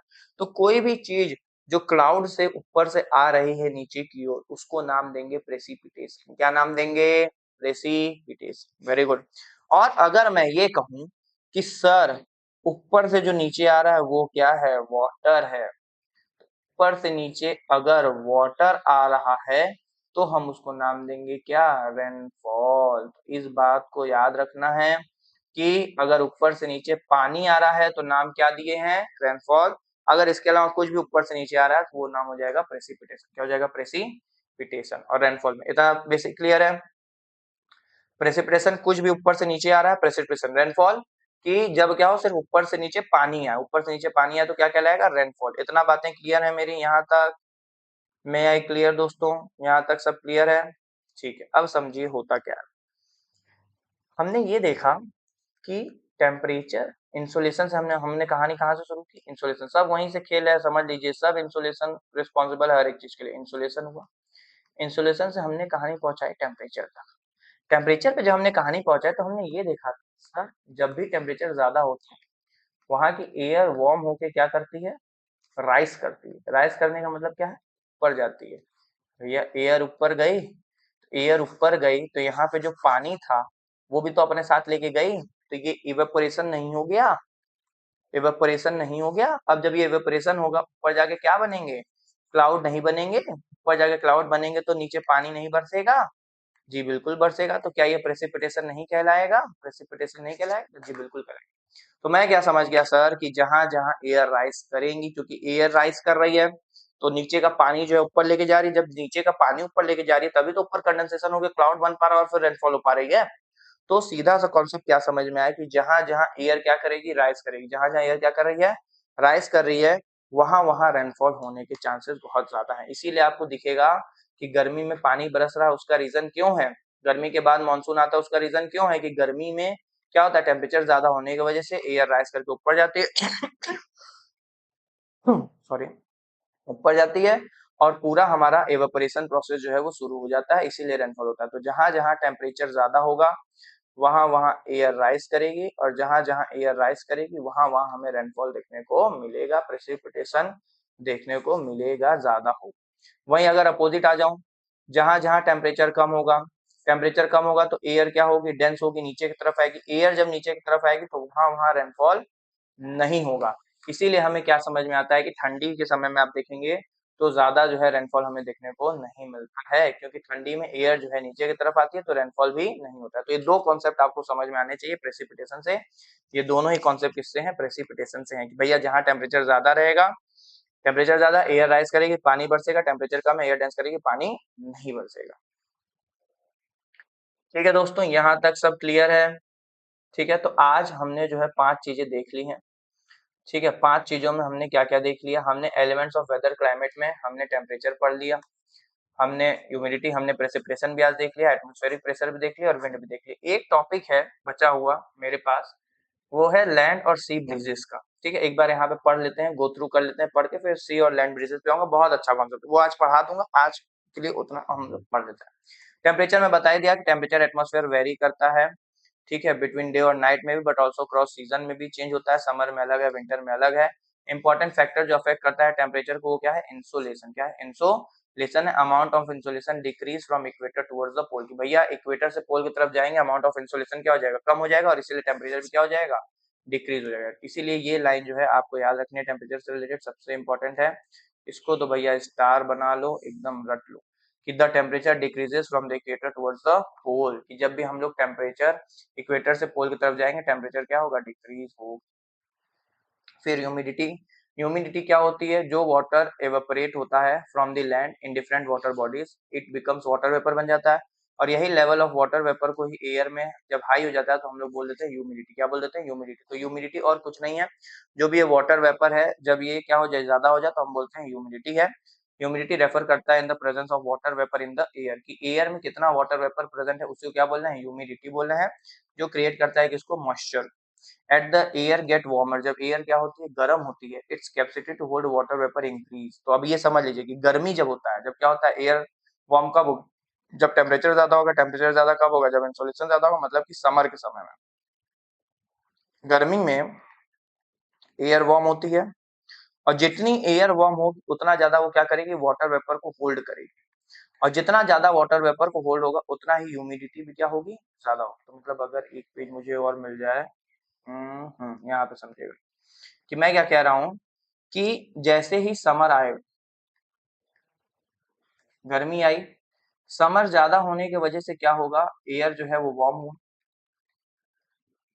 वार्म एयर की कैपेसिटी जो है वाटर वेपर को होल्ड करने की वो क्या हो गई, बढ़ गई। अब हमने क्या पढ़ा, ह्यूमिडिटी क्या होती है, जितना ज्यादा वाटर वेपर उतना ज्यादा ह्यूमिडिटी। तो ह्यूमिडिटी भी क्या हो जाएगी, बढ़ जाएगी। इसीलिए समर में क्या होता है, ह्यूमिडिटी ज्यादा होती है। वहीं अगर विंटर की बात करूंगा तो विंटर में क्या है, कोल्ड एयर रहेगा। कोल्ड एयर जो रहेगा, कोल्ड एयर की उतनी कैपेसिटी रहेगी नहीं, उसका वाटर वेपर कम रहेगा, तो इसीलिए ह्यूमिडिटी भी क्या रहेगी, कम रहेगी। ये बात आपको पता होना चाहिए। तो अगर पूछ लें कि मैक्सिमम ह्यूमिडिटी कहाँ मिलेगी, समर में कि विंटर में, कहाँ मिलेगी, समर में मिलेगी, जहाँ का एयर क्या होगा, इतना बात आपको हाँ चाहिए। ठीक है, तो as the air get warmer it capacity to hold water vapour increase, बढ़ जाएगी, और इसीलिए ह्यूमिडिटी लेवल भी बढ़ जाएगा। ऑन सच अ डे फिर क्या होगा, cloth take longer to dry, कपड़े सूखने में बहुत समय लगेंगे, and sweat evaporate more slowly, और जो हमारे स्वेट है, पसीने बहुत स्लो स्लो एवेपोरेट होंगे, जिसकी वजह से हम क्या हो जाएंगे, पूरे अनकंफर्टेबल हो जाते हैं। फिर प्रेसिपिटेशन बता ही दिया, एटमॉस्फेयर का ही पार्ट है, ठीक है। जब क्या होता है वाटर वेपर ऊपर जाता है और वाटर वेपर क्या करता है, एक प्रोसेस करता है जिसको बोलते हैं कंडेंसेशन। कंडेंसेशन का मतलब क्या होता है, जब वो अपने हीट को रिलीज करता है, हीट है उसमें या नीचे से ऊपर क्या क्या लेके गया, हीट लेके गया, उस हीट को क्या करेगा, रिलीज करेगा, तो क्या बनेगा वाटर, ये बनेगा क्लाउड्स के फॉर्म में, धीरे धीरे बनता चला जाएगा, इसी को बोलते हैं कंडेंसेशन। इसमें क्या होते हैं, ड्रिजल्स है, रेन है, स्नो है, स्लीट है, हेल है, सब आ जाता है। Main factor that affect precipitation वो है प्रिवेलिंग विंड, माउंटेन्स और सीजन, कि जिस सीजन में कैसा प्रेसिपिटेशन होगा, माउंटेन में कैसा होगा, विंड में कैसा होगा, ये सब। साथ में when precipitation falls of the earth in liquid form is called rain, उसी को हम लोग क्या बोलते हैं, रेनफॉल बोलते हैं, जब ये लिक्विड के फॉर्म में। Rain is the most common form of precipitation, का आपको पता ही है, and lower the temperature of a place. A long absence of rainfall से क्या होगा, ड्राई क्लाइमेट हो जाएगा। Most of ground water collected होते हैं कहाँ, रेन वाटर से। फिर एटमॉस्फेरिक प्रेशर बताया दिया हूँ, प्रेशर जो है एक्सर्ट करता है वेट ऑफ द एयर, उसी को हम लोग बोल रहे हैं atmospheric pressure. Has we higher the atmosphere pressure for rapidly, कि हम एटमॉस्फेयर में जैसे जैसे ऊपर की तरफ जाए सॉरी, जैसे जैसे हम क्या करेंगे ऊपर की तरफ जाएंगे एयर में, प्रेशर हमारे क्या हो जाएंगे, कम हो जाएंगे। At the highest at sea level, और सी लेवल पे सबसे ज्यादा, सी लेवल का मतलब है, मान लीजिए ये अर्थ है, ये क्या है, सी लेवल है, इसी को हम लोग सी लेवल बोलते हैं। तो यही सी लेवल पे सबसे ज्यादा हमें देखने को मिलेगा, जैसे जैसे एल्टीट्यूड में ऊपर जाएंगे प्रेशर क्या हो जाएगा, कम होता हुआ नजर आएगा। Horizontally the distribution of air pair वो इंट्रोड्यूस करता है किसके ऊपर, टेम्परेचर के ऊपर, हाई प्रेशर लो प्रेशर जो बताया था वो वाला। In area with high temperature air heat up and rises, जो भी हाई टेम्परेचर होता है एयर हीट करती है और क्या करती है, राइज करती है, और क्रिएट कर देती है लो प्रेशर एरिया। और लो प्रेशर एरिया जुड़ा हुआ है क्लाउडी स्काई और वेट वेदर से, कि गर्मी तो हो ही जाती है, साथ में पानी भी बरस जाता है।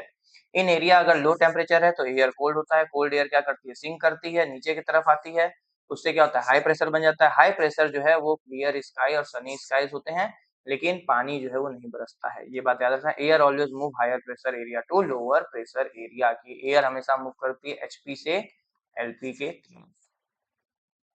विंड भी हम लोग पढ़ लिया, the movement of air from high pressure area to low pressure area is called wind. उसको क्या नाम दिए, विंड नाम दिया, कि विंड क्या होता है, हाई प्रेशर एरिया से लो प्रेशर में, और इट इज जेंटल और strong, you can observe flow of wind has it is blow dry leaves down the pavement, साथ में gentle blow away dust particles fruit trees during the sea breezes क्या होते हैं, फिर land breezes क्या है, फिर मानसून के बारे में हम लोग देखेंगे, सीजन के बारे में देखेंगे, डिटेल में डिस्कशन करेंगे, वीडियो के एंड तक बने रहना है, कहीं भी वीडियो मिस नहीं होने वाली है।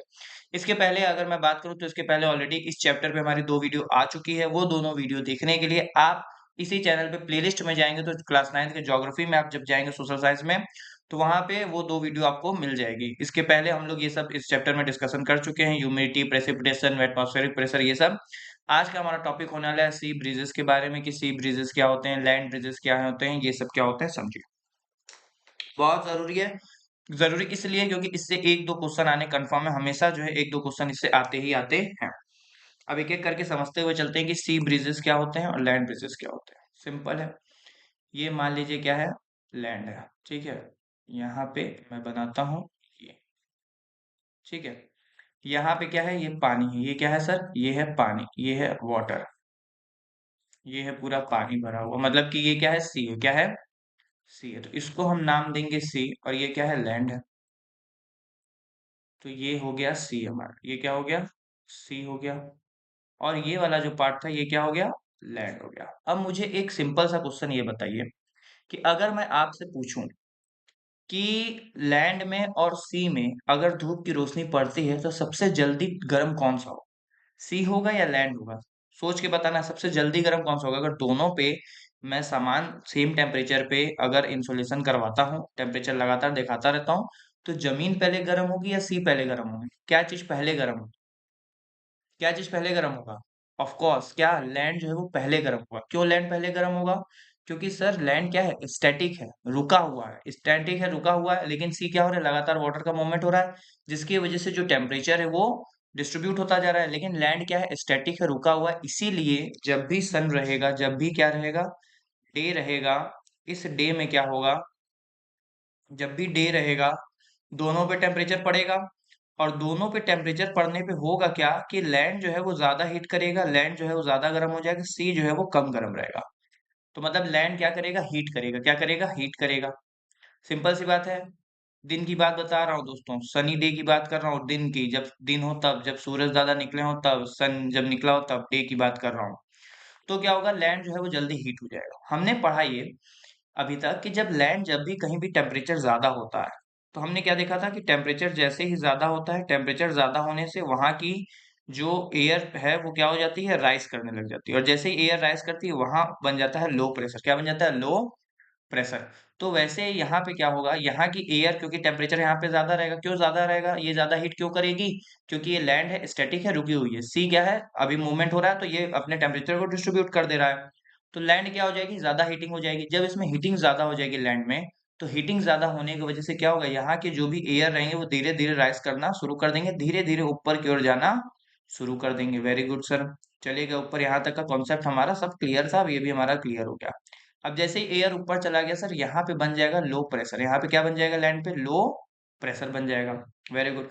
इसके कंपैरिजन में अगर हम सी को देखें, तो सी क्या है, कोल्ड है। क्या है, कोल्ड है। कोल्ड का मतलब क्या है, इसके कंपैरिजन में तो ठंडा रहेगा अभी, क्योंकि इसको भाई गर्म होने में समय लगेगा। तुरंत तो ये गर्म नहीं, ये तो तुरंत गर्म हो जाएगा, क्योंकि स्टैटिक है, रुका हुआ है, इसको टाइम लगेगा। तो ये कोल्ड है।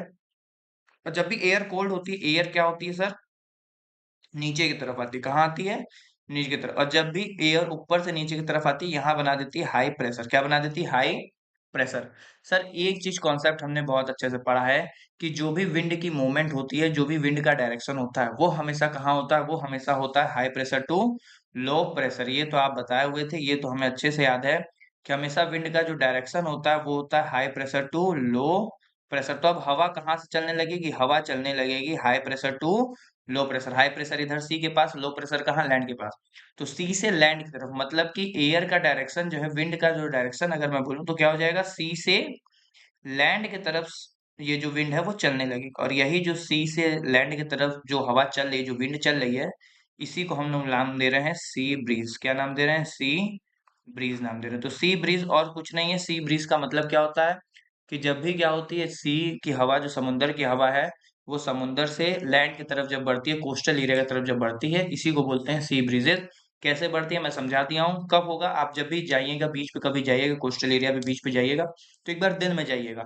दिन में जब आप जाएंगे तो आपको साफ साफ ये क्या समझ में आएगा कि हवा जो है वो सामने समुंदर की तरफ से आ रही है। तो जब हवा सामने समुंदर की तरफ से आ रही है, तो इसी को हम लोग नाम दे रहे हैं सी ब्रीज। ये क्यों होगा, क्योंकि हवा की डायरेक्शन क्या होगी, सी से लैंड की तरफ होगी। क्यों होगी ये पूरा हम लोग समझ लिए, क्योंकि लैंड जो है वो जल्दी गर्म हो जाएगा। जब जल्दी गर्म हो जाएगा तो एयर राइज करेंगी, एयर राइज करेंगे तो लो प्रेशर, यहाँ डेंस करेंगे हाई प्रेशर। और विंड की डायरेक्शन सर आप बता चुके हैं, high pressure to low pressure होता है।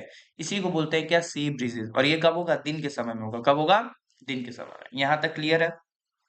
ठीक है दोस्तों, यहाँ तक सब चीजें क्लियर है। आगे आता है लैंड ब्रिजेस। ठीक है, एक बार पढ़ भी लेते हैं, चलिए। अच्छा, it is a local wind है that blow from sea to land, जो बताया सी से लैंड पे चलेगी ड्यूरिंग द डे के समय में, specially in the afternoon. When the land become relatively warm हो जाएगा, देन द सी, लैंड क्या हो जाएगा, गर्म हो जाएगा। This result in the formation of low pressure region over the land पे, क्या बन जाएगा, लो प्रेशर बन जाएगा। And so wind start blowing from the sea, sea से एयर जो है वो चलने लगेगी। अब आते हैं लैंड ब्रिजेस पे।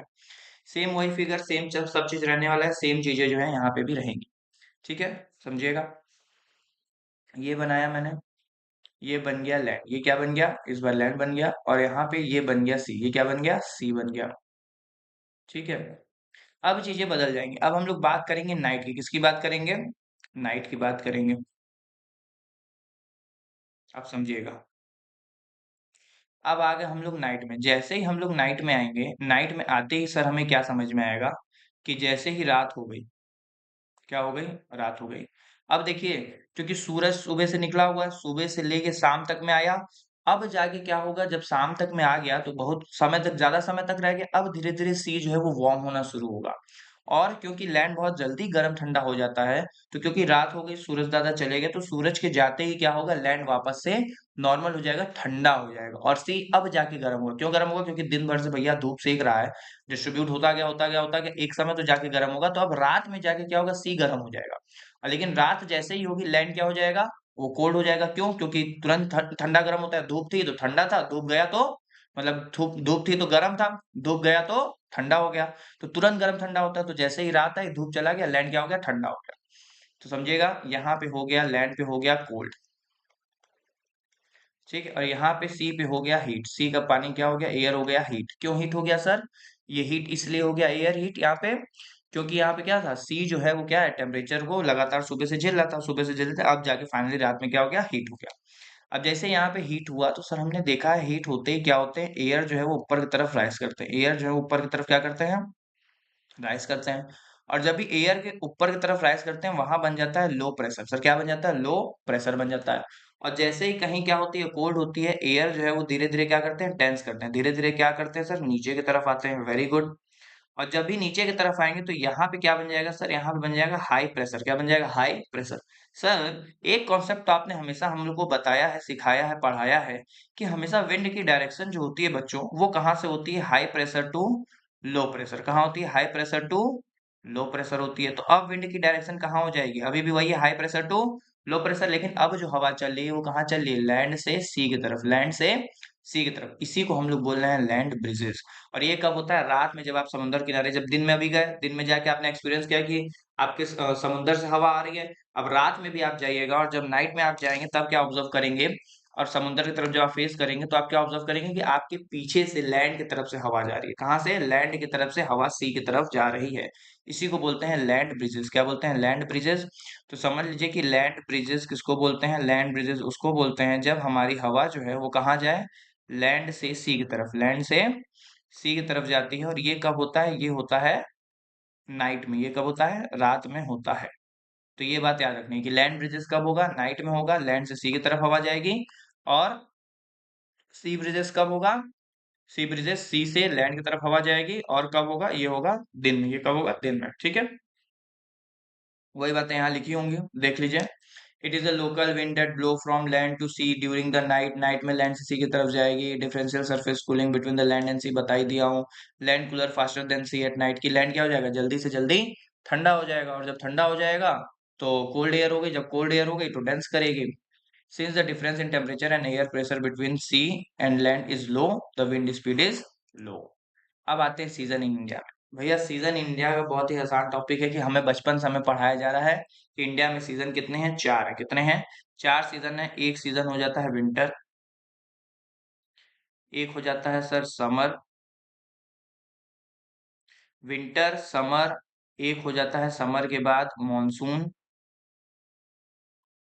और एक मॉनसून के बाद आ जाता है रिट्रीटिंग मॉनसून। रिट्रीटिंग मॉनसून मतलब मॉनसून जब जाता है तो उसको बोलते हैं रिट्रीटिंग मॉनसून। तो ये जो है मेनली चार सीजन हमें देखने को मिलते हैं। अब विंटर क्या है आपको पता है, देखिए सिंपल सा एक चीज समझाऊंगा, यहाँ पे समझते हुए चलेंगे, कोई बहुत लोड लेने की जरूरत नहीं, बहुत ही आसान टॉपिक है सब। इसीलिए तो मैं आपके साथ यहाँ पे हूँ, चीजें आसान बनाने के लिए। मेरा काम है आपके लिए चीजें आसान बना देना, इतना आसान बना देना कि आप पढ़ें तो आपको लगे ही ना कि आप पढ़ रहे हैं, आपको लगे कि आप बस खेल रहे हैं, और उस खेल खेल में आपका पूरा जो है चीजें कॉन्सेप्ट। देखिए ज्योग्राफी मोर और लेस मैं बताऊं, ज्योग्राफी कॉन्सेप्ट क्लियरेंस का है। अगर आपके कॉन्सेप्ट क्लियर है, तीन चार कॉन्सेप्ट है इनके पास, अगर ये तीन चार कॉन्सेप्ट आपके क्लियर है तो ज्योग्राफी की मेरी गारंटी, मैं देता हूँ गारंटी, आपके एक क्वेश्चन गलत नहीं होंगे, 10 में से 10 सही होंगे। जिसके एक गलत भी होंगे आपके, वो भी क्वेश्चन सही होंगे, बस आपका कॉन्सेप्ट क्लियर होना चाहिए। ज्योग्राफी में रट्टाफिकेशन नहीं चलता है, रटने वाला काम यहाँ पे नहीं करना है। ठीक है, बस कॉन्सेप्ट समझना है। एक बार कॉन्सेप्ट समझ जाओ सब क्लियर हो जाएगा। और ज्योग्राफी आपको पता ही है एग्जाम के लिए कितने इंपॉर्टेंट है। अब समझिए विंटर। विंटर में क्या होता है, जैसे देखिए विंटर आता क्यों है, क्या सिस्टम है, एक बार बता देता हूँ, जल्दी जल्दी बताऊंगा ये सब, क्योंकि इस पे ज्यादा समय हम लोग को वेस्ट नहीं करना है। आगे मानसून है, उस पर हम लोग डिटेल में डिस्कशन करेंगे, वो ज्यादा इंपॉर्टेंट टॉपिक है। अब समझिए ये क्या है, अर्थ है। ठीक है, यहाँ इक्वेटर रहता है, यहाँ ट्रॉपिक्स ऑफ कैंसर है, ट्रॉपिक ऑफ कैप्रिकॉर्न है, फिर टेम्परेट रीजन आ जाएगा, फिर पोल आ जाएगा, फिर टेम्परेट रीजन, फिर पोल आ जाएगा। ठीक है, हमने देखा कि ये थोड़ा सा टिल्टेड है, घुमा हुआ है, सूरज की रोशनी है, मतलब जहां जहां सूरज जाएगा। देखिए हमें पता है, कॉमन सेंस वाली बात है, हम भी जानते हैं, आप भी जानते हैं, सूरज कहीं मूव नहीं करता है। सूरज तो वही है, मूव कौन कर रहा है, अर्थ कर रहा है। लेकिन ज्योग्राफी में हम लोग अपने अंडरस्टैंडिंग के लिए सूरज को मूव कराते हैं ऊपर नीचे, इसीलिए इसको बोलते हैं अपेरेंट मूवमेंट। क्या बोलते हैं, अपेरेंट मूवमेंट। अपेरेंट मूवमेंट का मतलब यही होता है, अपेरेंट मूवमेंट ऑफ सन। इसीलिए आप कहीं देखे होंगे तो वर्ड जरूर मिला होगा आपको, apparent movement of sun. Apparent movement of sun का मतलब है कि सन कहीं मूव नहीं कर रहा है, हम मान रहे हैं कि सन क्या कर रहा है, मूव कर रहा है अपने अंडरस्टैंडिंग के लिए। अब सिंपल सा बात है भैया, अगर सूरज इक्वेटर पे रहेगा तो इक्वेटर पे डायरेक्ट इसकी रेस पड़ेंगी, तो इक्वेटर वाला रीजन क्या रहेगा, गर्म रहेगा। इधर पड़ेंगी, अगर सूरज इधर आ गया, कहाँ पे आ गया, इधर आ गया, तो यहाँ पे गर्मी पड़ेगी। अगर सूरज यहाँ पे आ गया तो यहाँ पे गर्मी पड़ेगी।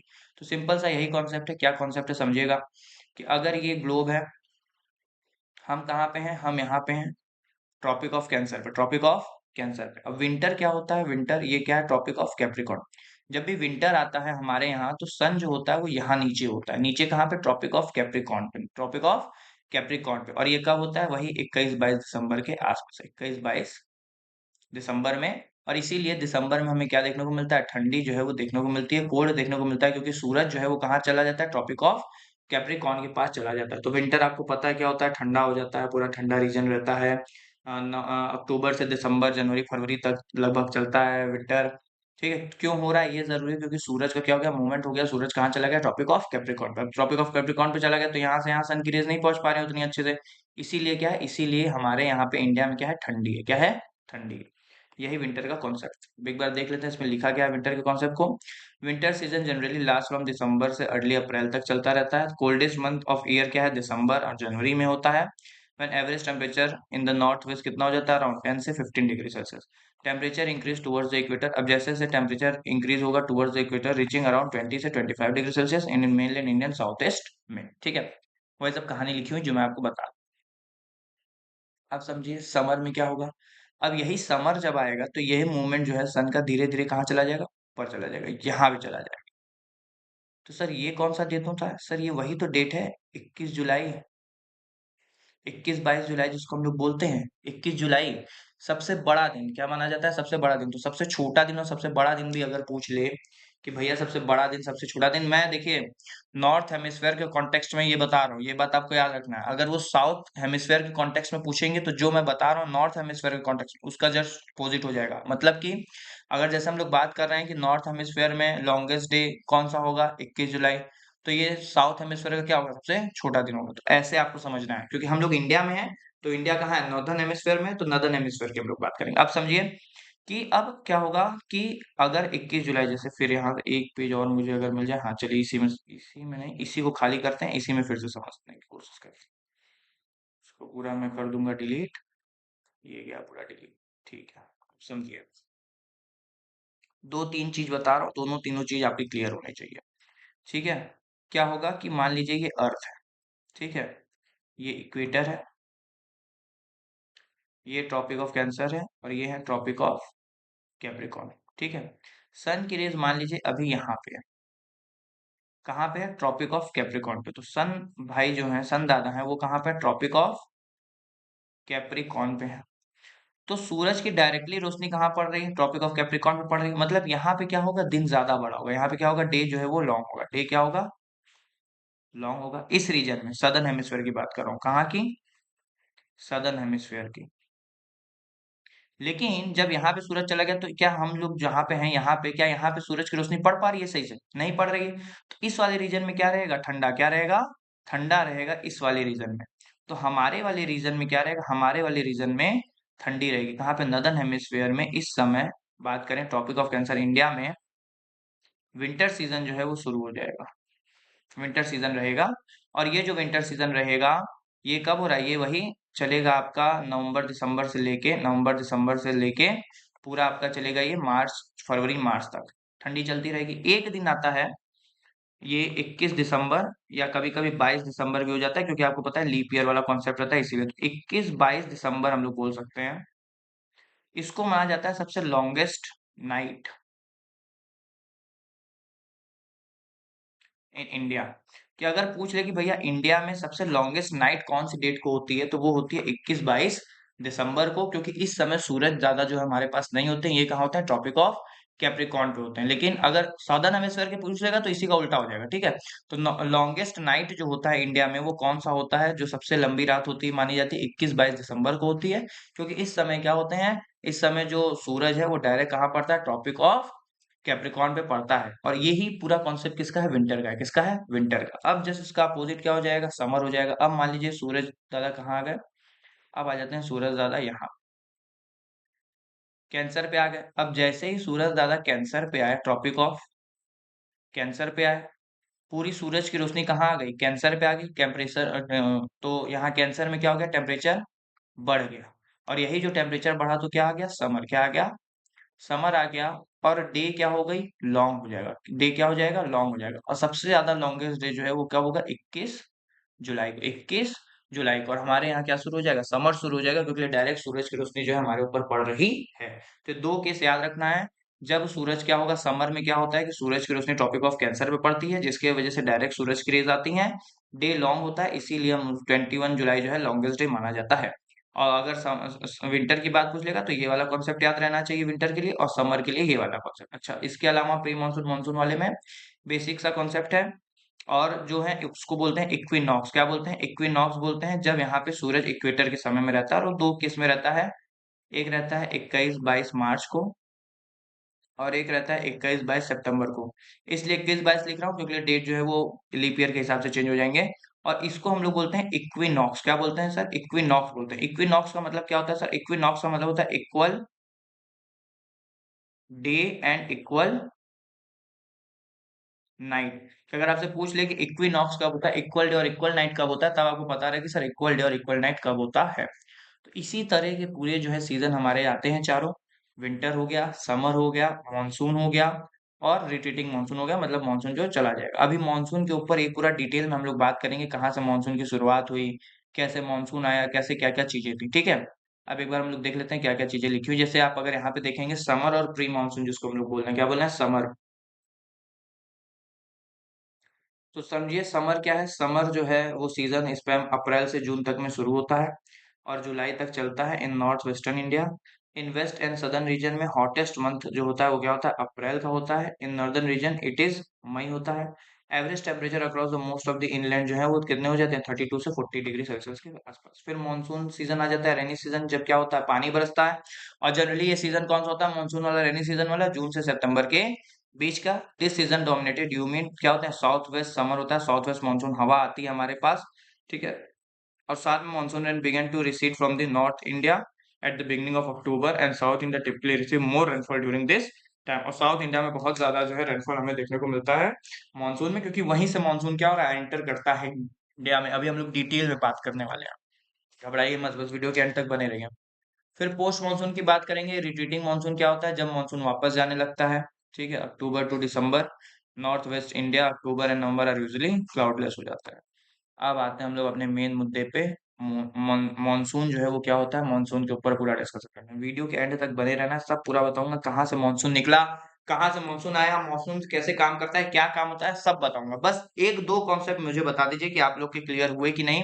वो एक दो कॉन्सेप्ट क्लियर करने के बाद हम लोग सीधा जो है अपने टॉपिक में मूव कर जाएंगे। पहला कॉन्सेप्ट मेरा ये है कि ये सबको पता है कि टेम्परेचर जो है वो बढ़ेगा, एयर राइज करेगी, एयर राइज करेगी, तो वहां लो प्रेशर बनेगा। ये पता है सबको, यस और नो, यस सर।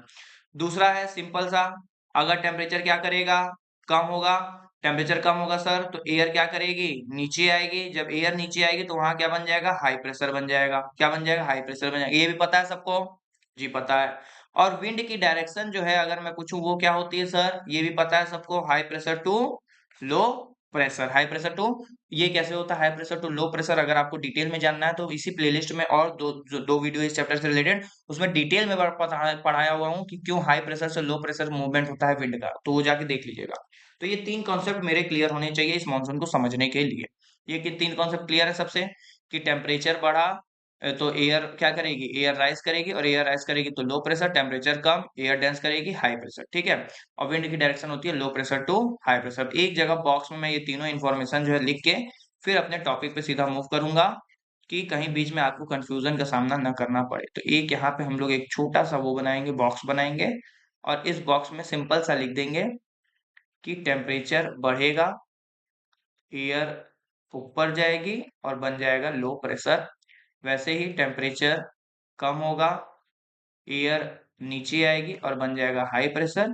और विंड का डायरेक्शन क्या होता है, हाई प्रेशर टू लो। अब आते हैं यहाँ, अब समझिए क्या होता है। अब ये है, मान लीजिए इंडिया। ठीक है, ये क्या है, इंडिया है, ये पूरा लैंड है, ये क्या है, पूरा लैंड। आपको पता है इंडिया के नीचे यहाँ पे क्या है, पूरा सी है, पूरा क्या है, सी है, ये क्या है, पूरा लैंड है। अब समझिए मॉनसून जो है वो समर के बाद आ रहा है। कब आ रहा है, समर के बाद आ रहा है। समर के बाद उसका आने का रीजन क्या है, समझिएगा कि समर में क्या हुआ। समर में अभी हम लोग को दिख गया सर, सूरज की रोशनी ना डायरेक्ट पड़ती है यहाँ ट्रॉपिक ऑफ कैंसर पे। कहाँ पड़ती है, ट्रॉपिक ऑफ कैंसर पे। और उस ट्रॉपिक ऑफ कैंसर पे जब पड़ेगी तो मुझे सिंपल सा लॉजिक बताइए समर के बाद मानसून आने का, कि समर भर पूरा एकदम वो पड़ी है, सूरज की रोशनी पड़ी है। तो अगर मैं लैंड और सी में कंपैरिजन करूं कि जल्दी जो है गर्म कौन होगा, हीट कौन होगा, तो कौन होगा? लैंड जल्दी हीट होगा या सी हीट होगा? क्या हीट होगा? बताइए जल्दी, क्या हीट होगा? लैंड हीट होगा। Very good sir. और हमने ये देखा कि जैसे ही क्या होता है, लैंड हीट होता है, जो एयर है वो ऊपर की तरफ मूव करते हैं। क्या करते हैं? ऊपर की तरफ मूव करते हैं। और जैसे ही एयर का मूवमेंट होता है, ऊपर की तरफ राइज करते हैं। ऊपर मतलब यहाँ लैटिट्यूड में नहीं बता रहा हूँ, ऊपर मतलब समझिए एल्टीट्यूड में बता रहा हूँ। ठीक है, ऐसे हाइट में। वो मत समझ लीजिए कि लैटिट्यूड में ऊपर निकल के जम्मू कश्मीर, नहीं, हाइट में बता रहा हूँ। ठीक है, एल्टीट्यूड में ऊपर ऊपर निकले। जैसे ही ये ऊपर निकलना शुरू किए, यहाँ पे कौन सा प्रेशर बन गया? सर एयर ऊपर चला गया, बन गया लो प्रेशर। क्या बन गया? Low pressure. अब क्योंकि सूरज की रोशनी यहाँ है, तो यहाँ का रीजन क्या है? कोल्ड है, ठंडा है। तो ठंडा है तो एयर कहाँ आ रही है सर? एयर आ रही है नीचे। और एयर नीचे आ रही है तो यहाँ क्या बन गया सर? यहाँ बन गया हाई प्रेशर। क्या बन गया? High pressure. सर हमने तो ये देखा हुआ है, आप बताए हुए हैं कि एयर की मूवमेंट, विंड की जो मूवमेंट होती है डायरेक्शन की, वो हमेशा कहाँ होती है? High pressure to low pressure. High pressure to low pressure. मतलब सिंपल सा, अब हवा कहाँ चलेगी? High pressure to low pressure. High pressure to low pressure, मतलब कि सी की तरफ से हवा जो है कहाँ पे आएगी? लैंड पे आएगी। दोस्तों अब सी की तरफ से जो हवा आ रही है, तो क्या वो अपने साथ मॉइस्चर लेके नहीं आएगी? क्या वो अपने साथ पानी लेके नहीं आएगी? क्या वो अपने साथ क्लाउड लेके नहीं आएगी? क्या वो यहाँ पे पानी नहीं बरसाएगी? जाहिर सी बात है, पानी बरसाएगी। और यही हाई प्रेशर लो प्रेशर जब समर के बाद, इसीलिए कब आता है? समर के बाद आता है। ये जनरली कब आता है बता दूं आपको, इसका महीना जुलाई सितंबर के आसपास, अभी जो समय चल रहा है उस समय के आसपास आता है। और इसको हम लोग नाम देते हैं, अगर मैं इसके डायरेक्शन की बात करूं तो देखिए, ये होता है नॉर्थ, ये होता है साउथ, ये होता है ईस्ट, ये होता है वेस्ट। इतना हमने सबने पढ़ा है, इतना बेसिक हम जानते हैं बचपन से। कोई दिक्कत है? नहीं है। अब समझिए सिंपल सा क्या है यहाँ पे, कि ये डायरेक्शन कहाँ है? ये डायरेक्शन है यहाँ से यहाँ, यहाँ से यहाँ। सर यहाँ से यहाँ डायरेक्शन है, तो जो चीज यहाँ से शुरू होती है उसी के नाम पे, विंड को हमेशा ये जान लीजिए उसी के नाम से जाना जाता है जहां से वो ओरिजिनेट होती है। जिस डायरेक्शन में जा रही है उससे मतलब नहीं है, कहाँ से ओरिजिनेट हुई है। आप कहाँ से ओरिजिनेट हुए, आप कहाँ से आते हैं, ये ना पूछा जाता है कि आप कहाँ गए हैं, कहाँ जा रहे हैं, ये पूछा जाता है आपसे। क्या पूछा जाता है? कहाँ से आए हैं। तो वैसे ही विंड से भी पूछा जाता है कि कहाँ से आए हो भैया। तो इसीलिए विंड को जाना जाता है उसके ओरिजिन के नाम से। अब उसका ओरिजिन का अगर मैं इस डायरेक्शन की बात करूं तो इसको क्या बोलेंगे? साउथ है, और इधर क्या है? वेस्ट है। तो इसको क्या बोलते हैं? South west wind. क्या बोलते हैं? South west wind. इसीलिए कहा जाता है कि इंडिया में जो मानसून आता है, जो रेनफॉल आता है, मानसून मतलब क्या? मानसून मतलब रेनफॉल। और रेनफॉल क्यों जरूरी है भैया? क्योंकि आधे से ज्यादा इंडिया में जो एग्रीकल्चर है वो किस पे बेस्ड है? इसी मानसून पे बेस्ड है। इसीलिए मानसून बहुत जरूरी है। और किसी साल अगर ये मानसून नहीं आता है तो इंडिया में बहुत ढेर सारी समस्या हो जाती है, क्रॉप फेलियर हो जाती है, महंगाई बढ़ जाती है। इसीलिए मानसून जरूरी है। और ये मानसून जो है वो किस विंड से आता है? तो साउथ वेस्ट विंड। याद रखना है, साउथ वेस्ट विंड से यहाँ से मानसून एंटर करता है जुलाई के समय में। और फिर यहाँ जाके इसका 3 ब्रांच बन जाता है, एक इधर और एक जो है इधर की तरफ वापस निकल जाता है। तो 3 जो है इसके ब्रांचेस बन जाते हैं और इंडिया में पानी जो है वो बरसाते हैं। तो मानसून कहाँ से ओरिजिनेट हुआ, समझ में आया? लैंड जो है वो गर्म होगा, ठंडा होगा, गर्म होगा तो लो प्रेशर एयर राइज चला गया। सी जो है ठंडा होगा तो डेंस करेगा, हाई प्रेशर बन जाएगा। और हमेशा विंड की मूवमेंट होती है high pressure to low pressure, तो हवा चलने लगेगी सी से लैंड की तरफ, और उसी को हम लोग नाम दे देंगे मानसून। क्या नाम देंगे? मानसून। और ये जो विंड का डायरेक्शन होने वाला है, साउथ वेस्ट विंड। क्या है? South west wind. यहीं से क्या होता है? मानसून ओरिजिनेट होता है। फिर जो है लगातार रेनफॉल होने लगेगा। फिर रेनफॉल चलेगा बढ़िया अच्छा खासा, 1 महीना 2 महीना 3 महीना जो है पानी बरसेगा। उसके बाद ये मानसून क्या करता है? वापस जब ठंडी में हम लोग एंटर करने वाले रहते हैं, ठीक है, तो चीजें जो है बदलने लगती हैं। चीजें क्या होती हैं? बदलने लगती हैं। कैसे बदल रही हैं समझिए अब वापस से। हमने देखा भैया सूरज का अपेरेंट मूवमेंट हो रहा है। अब धीरे धीरे सूरज दादा जो है वो नीचे आना शुरू होते हैं। ठीक है, नीचे क्या है? इक्वेटर है। अब सूरज दादा कहाँ आ गए? इक्वेटर पे आ गए। जब वो इक्वेटर पे आ गए, यहाँ क्या है? यहाँ पूरा सी है, ये पूरा क्या है? लैंड है। अब जब इक्वेटर पे आ गए, ये सूरज दादा आ गए, तो ये सी क्या हो जाएगा? हॉट हो जाएगा या कोल्ड हो जाएगा, गर्म हो जाएगा, क्या हो जाएगा? तो सी क्या हो जाएगा सर? हीट हो जाएगा, गर्म हो जाएगा। जब हीट गर्म होता है सर, तो हमने ये देखा है कि टेम्परेचर ज्यादा होता है तो एयर क्या करती है? राइज करती है। वेरी गुड बच्चों, एयर क्या करेंगी? अच्छा, ही सी जो है वो हीट क्यों हो रहा है? क्योंकि सूरज दादा कहाँ आ गए? इक्वेटर के पास आ गए ना भैया। जब इक्वेटर के पास आ जाएंगे तो टेम्परेचर डायरेक्ट लग रही है सी में। अब लैंड तक तो टेम्परेचर इनका पहुंच ही नहीं रहा है, इंसोलेशन हो ही नहीं रहा है। इसीलिए सी क्या होगा? गर्म हो जाएगा। और जैसे ही सी गर्म होगा, जो उसकी एयर है वो क्या करेगी? ऊपर की तरफ राइज करना शुरू कर देगी और जैसे ही ऊपर की तरफ राइज करेगी सर, हम लोग पढ़े हैं इस रीजन में बन जाएगा लो प्रेशर। क्या बन जाएगा सर? लो प्रेशर बन जाएगा। इतना आप हमारा कॉन्सेप्ट जो है वो क्लियर करा चुके हैं। लैंड की बात रही, लैंड क्या रहेगा? क्योंकि यहाँ पे सूरज की रोशनी नहीं है तो कोल्ड रहेगा। और सर कोल्ड एयर में तो आपने बताया था एयर क्या करती है, नीचे की तरफ आती है। तो एयर कहाँ आएंगी? नीचे की तरफ आएंगी। और सर एयर अगर नीचे की तरफ आएंगी तो यहाँ पे क्या बन जाएगा? यहाँ पे बन जाएगा हाई प्रेशर। क्या बन जाएगा? हाई प्रेशर बन जाएगा। और सिर्फ यहीं पे नहीं, ये जो ऊपर पूरा तिब्बतन वाला प्लेटू है, ये रीजन आपको पता है, पूरा हिमालयन रीजन है। बेसिकली हवा जो है यहाँ से नहीं आ रही है, वो ऊपर से आती है और यहाँ से आती है तिब्बतन प्लेटू वाले रीजन से, तिब्बतन वाले प्लेटू से। क्योंकि यहाँ पे क्या है, पूरा बर्फ है, पूरा ठंडा है, तो यहाँ पे और ज्यादा क्या होता है? कोल्डनेस होता है। जब और ज्यादा कोल्डनेस होती है तो एयर क्या करेगी? डेंस करेगी। जब एयर क्या करेगी? डेंस करेगी। तो यहाँ क्या बन जाएगा? High pressure. क्या बन जाएगा? हाई प्रेशर डेवलप हो जाएगा। अब जो है लैंड से सी की तरफ जो है वो हवा चलना यहाँ से यहाँ जो है वो शुरू हो जाएगी। यहाँ से यहाँ हवा चलना जो है वो शुरू हो जाएगी। अब जो है पूरा चेंज जो है मानसून के बाद जो है चीजें जो है पूरी रिवर्स हो गई। अब हवा की डायरेक्शन अगर मैं पूछूं कि आपकी क्या होगी, तो एक तो लैंड से सी की तरफ आ रही है, लैंड से सी की तरफ, मतलब मानसून अब जा रहा है। रिट्रीटिंग मानसून का मतलब मानसून का जाना। तो मानसून अब क्या कर रहा है? जा रहा है, रिट्रीट कर रहा है, जा रहा है। और इसकी डायरेक्शन अगर मैं सिंपल पूछ लूं कि इसकी सर डायरेक्शन बता दीजिए, तो ये इधर से आ रही है ना सर। तो ये क्या है? नॉर्थ ईस्ट है। क्या है? North east. तो अगर मुझसे कोई पूछ ले कि भैया रिट्रीटिंग मानसून की डायरेक्शन क्या होती है, तो मैं सिंपल बता दूंगा सर, इसकी डायरेक्शन होती है नॉर्थ ईस्ट। क्या होती है? नॉर्थ ईस्ट होती है। पहली चीज क्लियर है यहाँ पे कि इसकी डायरेक्शन क्या हो जाएगी? नॉर्थ ईस्ट हो जाएगी। ठीक है, नॉर्थ ईस्ट हो गई इसकी डायरेक्शन। तो रिट्रीटिंग मानसून की डायरेक्शन क्या हो गई? रिट्रीटिंग मानसून अगर कोई पूछ ले, यहाँ बताऊं, ये समझ में आ गया। ये तिब्बतन प्लेटू वाला रेंज है, पूरा हवा जो है वो यहाँ से यहाँ की तरफ जा रही है। ठीक है, और ये क्या है? सी है। और ये क्या है? लैंड है। यहाँ क्या बना है? हाई प्रेशर बना है। ठीक है, हाई प्रेशर है। और यहाँ पे क्या बना है सर? लो प्रेशर बना है। इसको बोलना है, इसको हम नाम दे रहे हैं क्या? Retreating monsoon. क्या नाम दे रहे हैं? Retreating monsoon. लिख देता हूँ भैया, नहीं तो कहोगे कि मानसून ही में पढ़ा दिए क्या सर ये सब। तो टॉपिक से कंफ्यूज नहीं होना। ये क्या है? रिट्रीटिंग मानसून है, जब मानसून जा रहा है। तो पहली बात कि विंड की डायरेक्शन क्या हो गई सर? विंड की डायरेक्शन इसमें हो गई, हमें जो समझ में आया वो हो गई नॉर्थ ईस्ट सर। वो क्या हो गई? नॉर्थ ईस्ट हो गई। तो पहली विंड की डायरेक्शन क्या होगी? नॉर्थ ईस्ट हो गई। दूसरा सर, अब ये विंड कहाँ जा रही है? लैंड से सी की तरफ। लैंड से सी की तरफ हवा जा रही है। तो लैंड से सी की तरफ जा रही है, तो जाते समय भी थोड़ा मोड़ा पानी जो है बरसता है। अच्छा ये समझ लीजिए कि यहाँ से जब साउथ वेस्ट मानसून आ रहा था ना, तो ये यहाँ पे पानी बरसाया, ये वेस्टर्न घाट वाले रीजन, यहाँ पे पानी नहीं बरसा तमिलनाडु वाले रीजन में। तो जब ये नॉर्थ ईस्ट वाली डायरेक्शन यहाँ से आई, तो यहाँ पे पानी बरसना जो शुरू हुआ तमिलनाडु वाले कोस्ट पे। तो एक बार क्वेश्चन था प्रीलिम्स में, कहीं तो पूछा था, यूपीएससी में शायद पूछा था कि तमिलनाडु में जो बारिश हो रही है, जो बारिश होगी, वो किस डायरेक्शन, कहाँ से विंड आती है कि बारिश होती है? तो भैया यहाँ वाली विंड तो नहीं ना बारिश करा रही, क्योंकि यहाँ तो वेस्टर्न घाट से करा रही है, तमिलनाडु तो यहाँ पे है। और यहाँ पे इधर से कौन सी विंड आ रही है? नॉर्थ ईस्ट वाली। तो इसीलिए तमिलनाडु वाले रीजन या इस वाले रीजन में जो भी बारिश हमें देखने को मिलेगा वो इधर से आई। अब यहाँ से क्या है? यहाँ बे ऑफ बंगाल है, बे ऑफ बंगाल से वाटर वेपर ली, पानी ली, और यहाँ ले आके क्या कर दी? इवेपोरेशन के बाद यहाँ आके रेनफॉल कर दी। तो तमिलनाडु में अगर पूछ ले बारिश किससे हो रही है, तो वो नॉर्थ ईस्ट वाले उससे हो रही है। और इधर अगर केरला है, वेस्टर्न घाट है, ये सब रीजन है, यहाँ पे कहाँ से हो रही है? तो साउथ वेस्ट मानसून से हो रही है। इसी को बोलते हैं रिट्रीटिंग मानसून और मानसून। मानसून का आना, मानसून का जाना।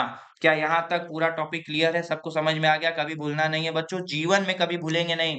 खाली दो कॉन्सेप्ट हमने पूरा ये समझ लिया, मानसून समझ लिया भैया, कैसे मानसून आता है, कैसे मानसून जाता है, कैसे पूरा उसका कॉन्सेप्ट होता है। वो सिर्फ दो थ्योरी क्या थी? टेम्परेचर बढ़ेगा, एयर राइज करेगी, लो प्रेशर बनेगा। टेम्परेचर कम होगा, एयर नीचे आएगी, हाई प्रेशर बनेगा। विंड का डायरेक्शन कहाँ होता है? High pressure to low pressure होता है। इसके बाद कुछ नहीं। इसके बाद हमें समय समय पे क्या करना है? बस सन को ऊपर नीचे, ऊपर नीचे। कहाँ कहाँ पे ऊपर नीचे करेंगे सर? समर आ रहा है, सन को ऊपर लेते जाओ। विंटर आ रहा है, सन को नीचे लेते आओ। चेंज मॉनसून है, सन को बीच में कर दो। सिंपल हो गया।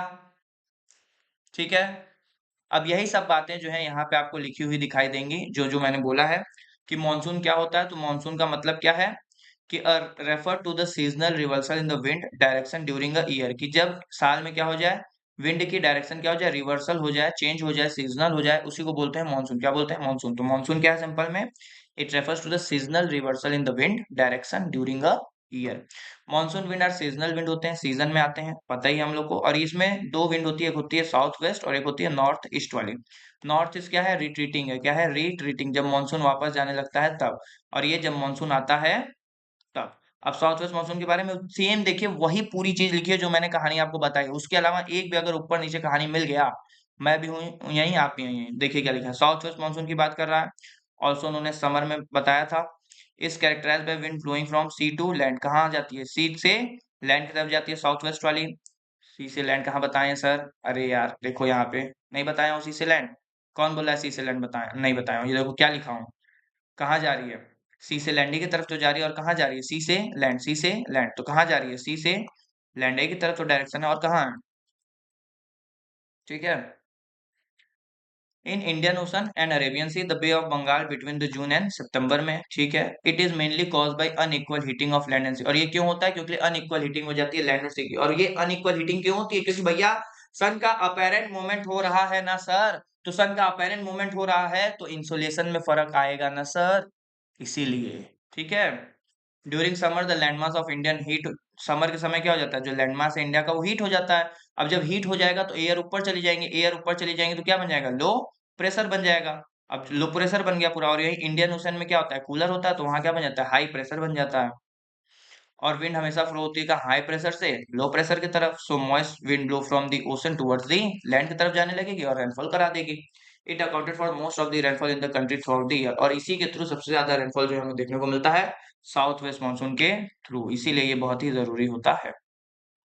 अब विंटर मानसून की बात करें कि winter monsoon also known as north east monsoon, जिसको हम लोग बोल रहे हैं, ऑकर होता है इंडिया में अक्टूबर टू फरवरी से लेके। ड्यूरिंग दिस सीजन क्या होता है, अब इंडियन लैंडमास क्या हो जाएंगे, कूल हो जाएंगे। क्यों कूल हो जाएंगे भैया, क्योंकि सन चला गया नीचे, सन चला गया इक्वेटर पे, वहां कुछ बचा नहीं, तो ऊपर आपको पता है हिमालय है, पहाड़ है पूरा, क्या हो गया, ठंडा हो गया। जब वहां ठंडा हो गया तो कौन सा प्रेशर बना, ठंडी में सर एयर नीचे आती है, एयर नीचे आती है तो हाई प्रेशर बन जाता है, क्या बन जाता है, हाई प्रेशर। और सी पे सन चला गया तो सी क्या हो गया है, गर्म हो गया है। जब सी गर्म हो गया है तो वहां की एयर राइस कर चली गई है, तो वहां पे बन गया है लो प्रेशर, क्या बन गया, low pressure. Has a result क्या होगा कि हवा जो है वो चलने लगेगी लैंड से सी के तरफ। This generally do not bring most rainfall to the most of the part of India में रेनफॉल नहीं होता है। कौन से एरिया में रेनफॉल होता है ये याद रखना है, ये क्वेश्चन है। When the north east monsoon wind passes over the bay of Bengal को जब पास करती है तो वहां से मॉइस्चर पिकअप कर लेती है और फिर रेनफॉल कराती है ईस्टर्न कोस्ट ऑफ इंडिया पे, स्पेशली तमिलनाडु, आंध्र प्रदेश और पार्ट्स ऑफ कर्नाटका, थोड़े से पार्ट्स ऑफ कर्नाटक। तो ये इंपॉर्टेंट है, और ये मैंने आपको बताया भी कि डायरेक्ट क्वेश्चन आया था भैया कि तमिलनाडु में जो बारिश होती है वो कौन से विंड के डायरेक्शन से होती है, तो कौन सा विंड होता है, नॉर्थ ईस्ट वाला जो विंड होता है उससे पानी बरसता है, चाहे तमिलनाडु, आंध्र प्रदेश हो या कर्नाटका हो। Winter monsoon is important for the rainfall of the south eastern region, और जो साउथ ईस्टर्न रीजन है वो उनके लिए बहुत जरूरी है यहाँ का पानी। साउथ ईस्टर्न रीजन कौन सा होगा सर, ये भी बता दीजिए। देखिए भैया सिंपल सा बात है, यहाँ से हवा आ रही है, यहाँ पे बे ऑफ बंगाल है, वहां से क्या करेगी, मॉइस्चर कैरी करेगी, यहाँ पे आगे पानी बरसाएगी, यही तो ईस्टर्न रीजन है, यही तो आंध्र प्रदेश है, यही तो टीएन है, तमिलनाडु है। तो यहाँ पे जो पानी बरस रहा है वो किससे बरस रहा है, वो बरस रहा है सर नॉर्थ ईस्ट मानसून से। ठीक है दोस्तों, यहाँ तक चीजें हमारी हो गई clear. Monsoon play a vital role play करता है lives of people of India में, आपको पता है क्योंकि हम लोग आधा से ज्यादा एग्रीकल्चर पे डिपेंडेंट होते हैं, और इंडिया में आधा से ज्यादा एग्रीकल्चर डिपेंडेंट होता है मानसून के ऊपर। ठीक है, most of the Indian agriculture depend होते हैं मानसून के रेनफॉल पे। As a farmer rely on the rain of sowing and growing crops. A good monsoon ensure करता है सफिशिएंट फूड प्रोडक्शन को और वाटर सप्लाई, रिजर्वायर, ये सब को। मानसून ऑल्सो अफेक्ट करता है हमारी daily life, transportation, festival, employment, इन सब चीज को भी।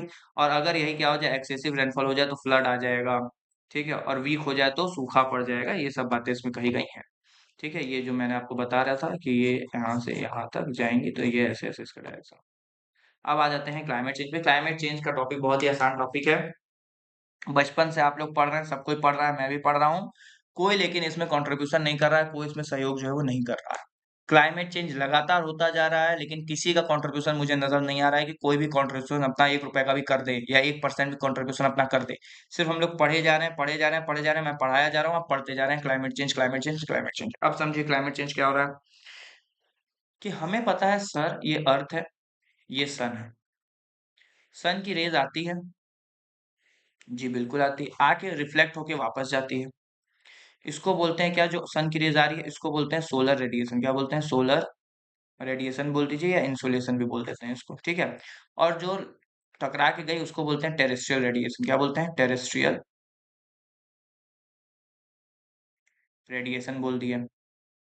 अब समझिए, अर्थ जो गर्म हो रहा है क्या वो इस वाले रेस से हो रहा है? नहीं सर, अर्थ का जो गर्म हो रहा है, हीट हो रहा है, वो इस वाले रेस से हो रहा है, क्योंकि यहाँ पे हमारे पास क्या है? एटमॉस्फेयर है। क्या है? एटमॉस्फेयर है, जो इन रेस को क्या कर लेता है? ट्रैप कर लेता है। हमारे पास क्या है? एटमॉस्फेयर है। और हमें पता है कि एटमॉस्फेयर में क्या होते हैं? कंपोजिशन ऑफ गैसेस होते हैं, डिफरेंट डिफरेंट क्या होते हैं? कंपोजिशन ऑफ गैसेस होते हैं जो ये काम करते हैं। अगर इनकी गैस की मात्रा बढ़ जाए, अगर क्या हो जाए? ये गैस की मात्रा बढ़ जाए, मेनली कार्बन डाइऑक्साइड की, मेनली किसकी? कार्बन डाइऑक्साइड की, क्योंकि बहुत लंबे समय तक रहती है। अगर कार्बन डाइऑक्साइड की मात्रा बढ़ जाती है एटमॉस्फेयर में, तो क्या होगा? ज्यादा से ज्यादा सूरज की रोशनी को वो ट्रैप करेगा।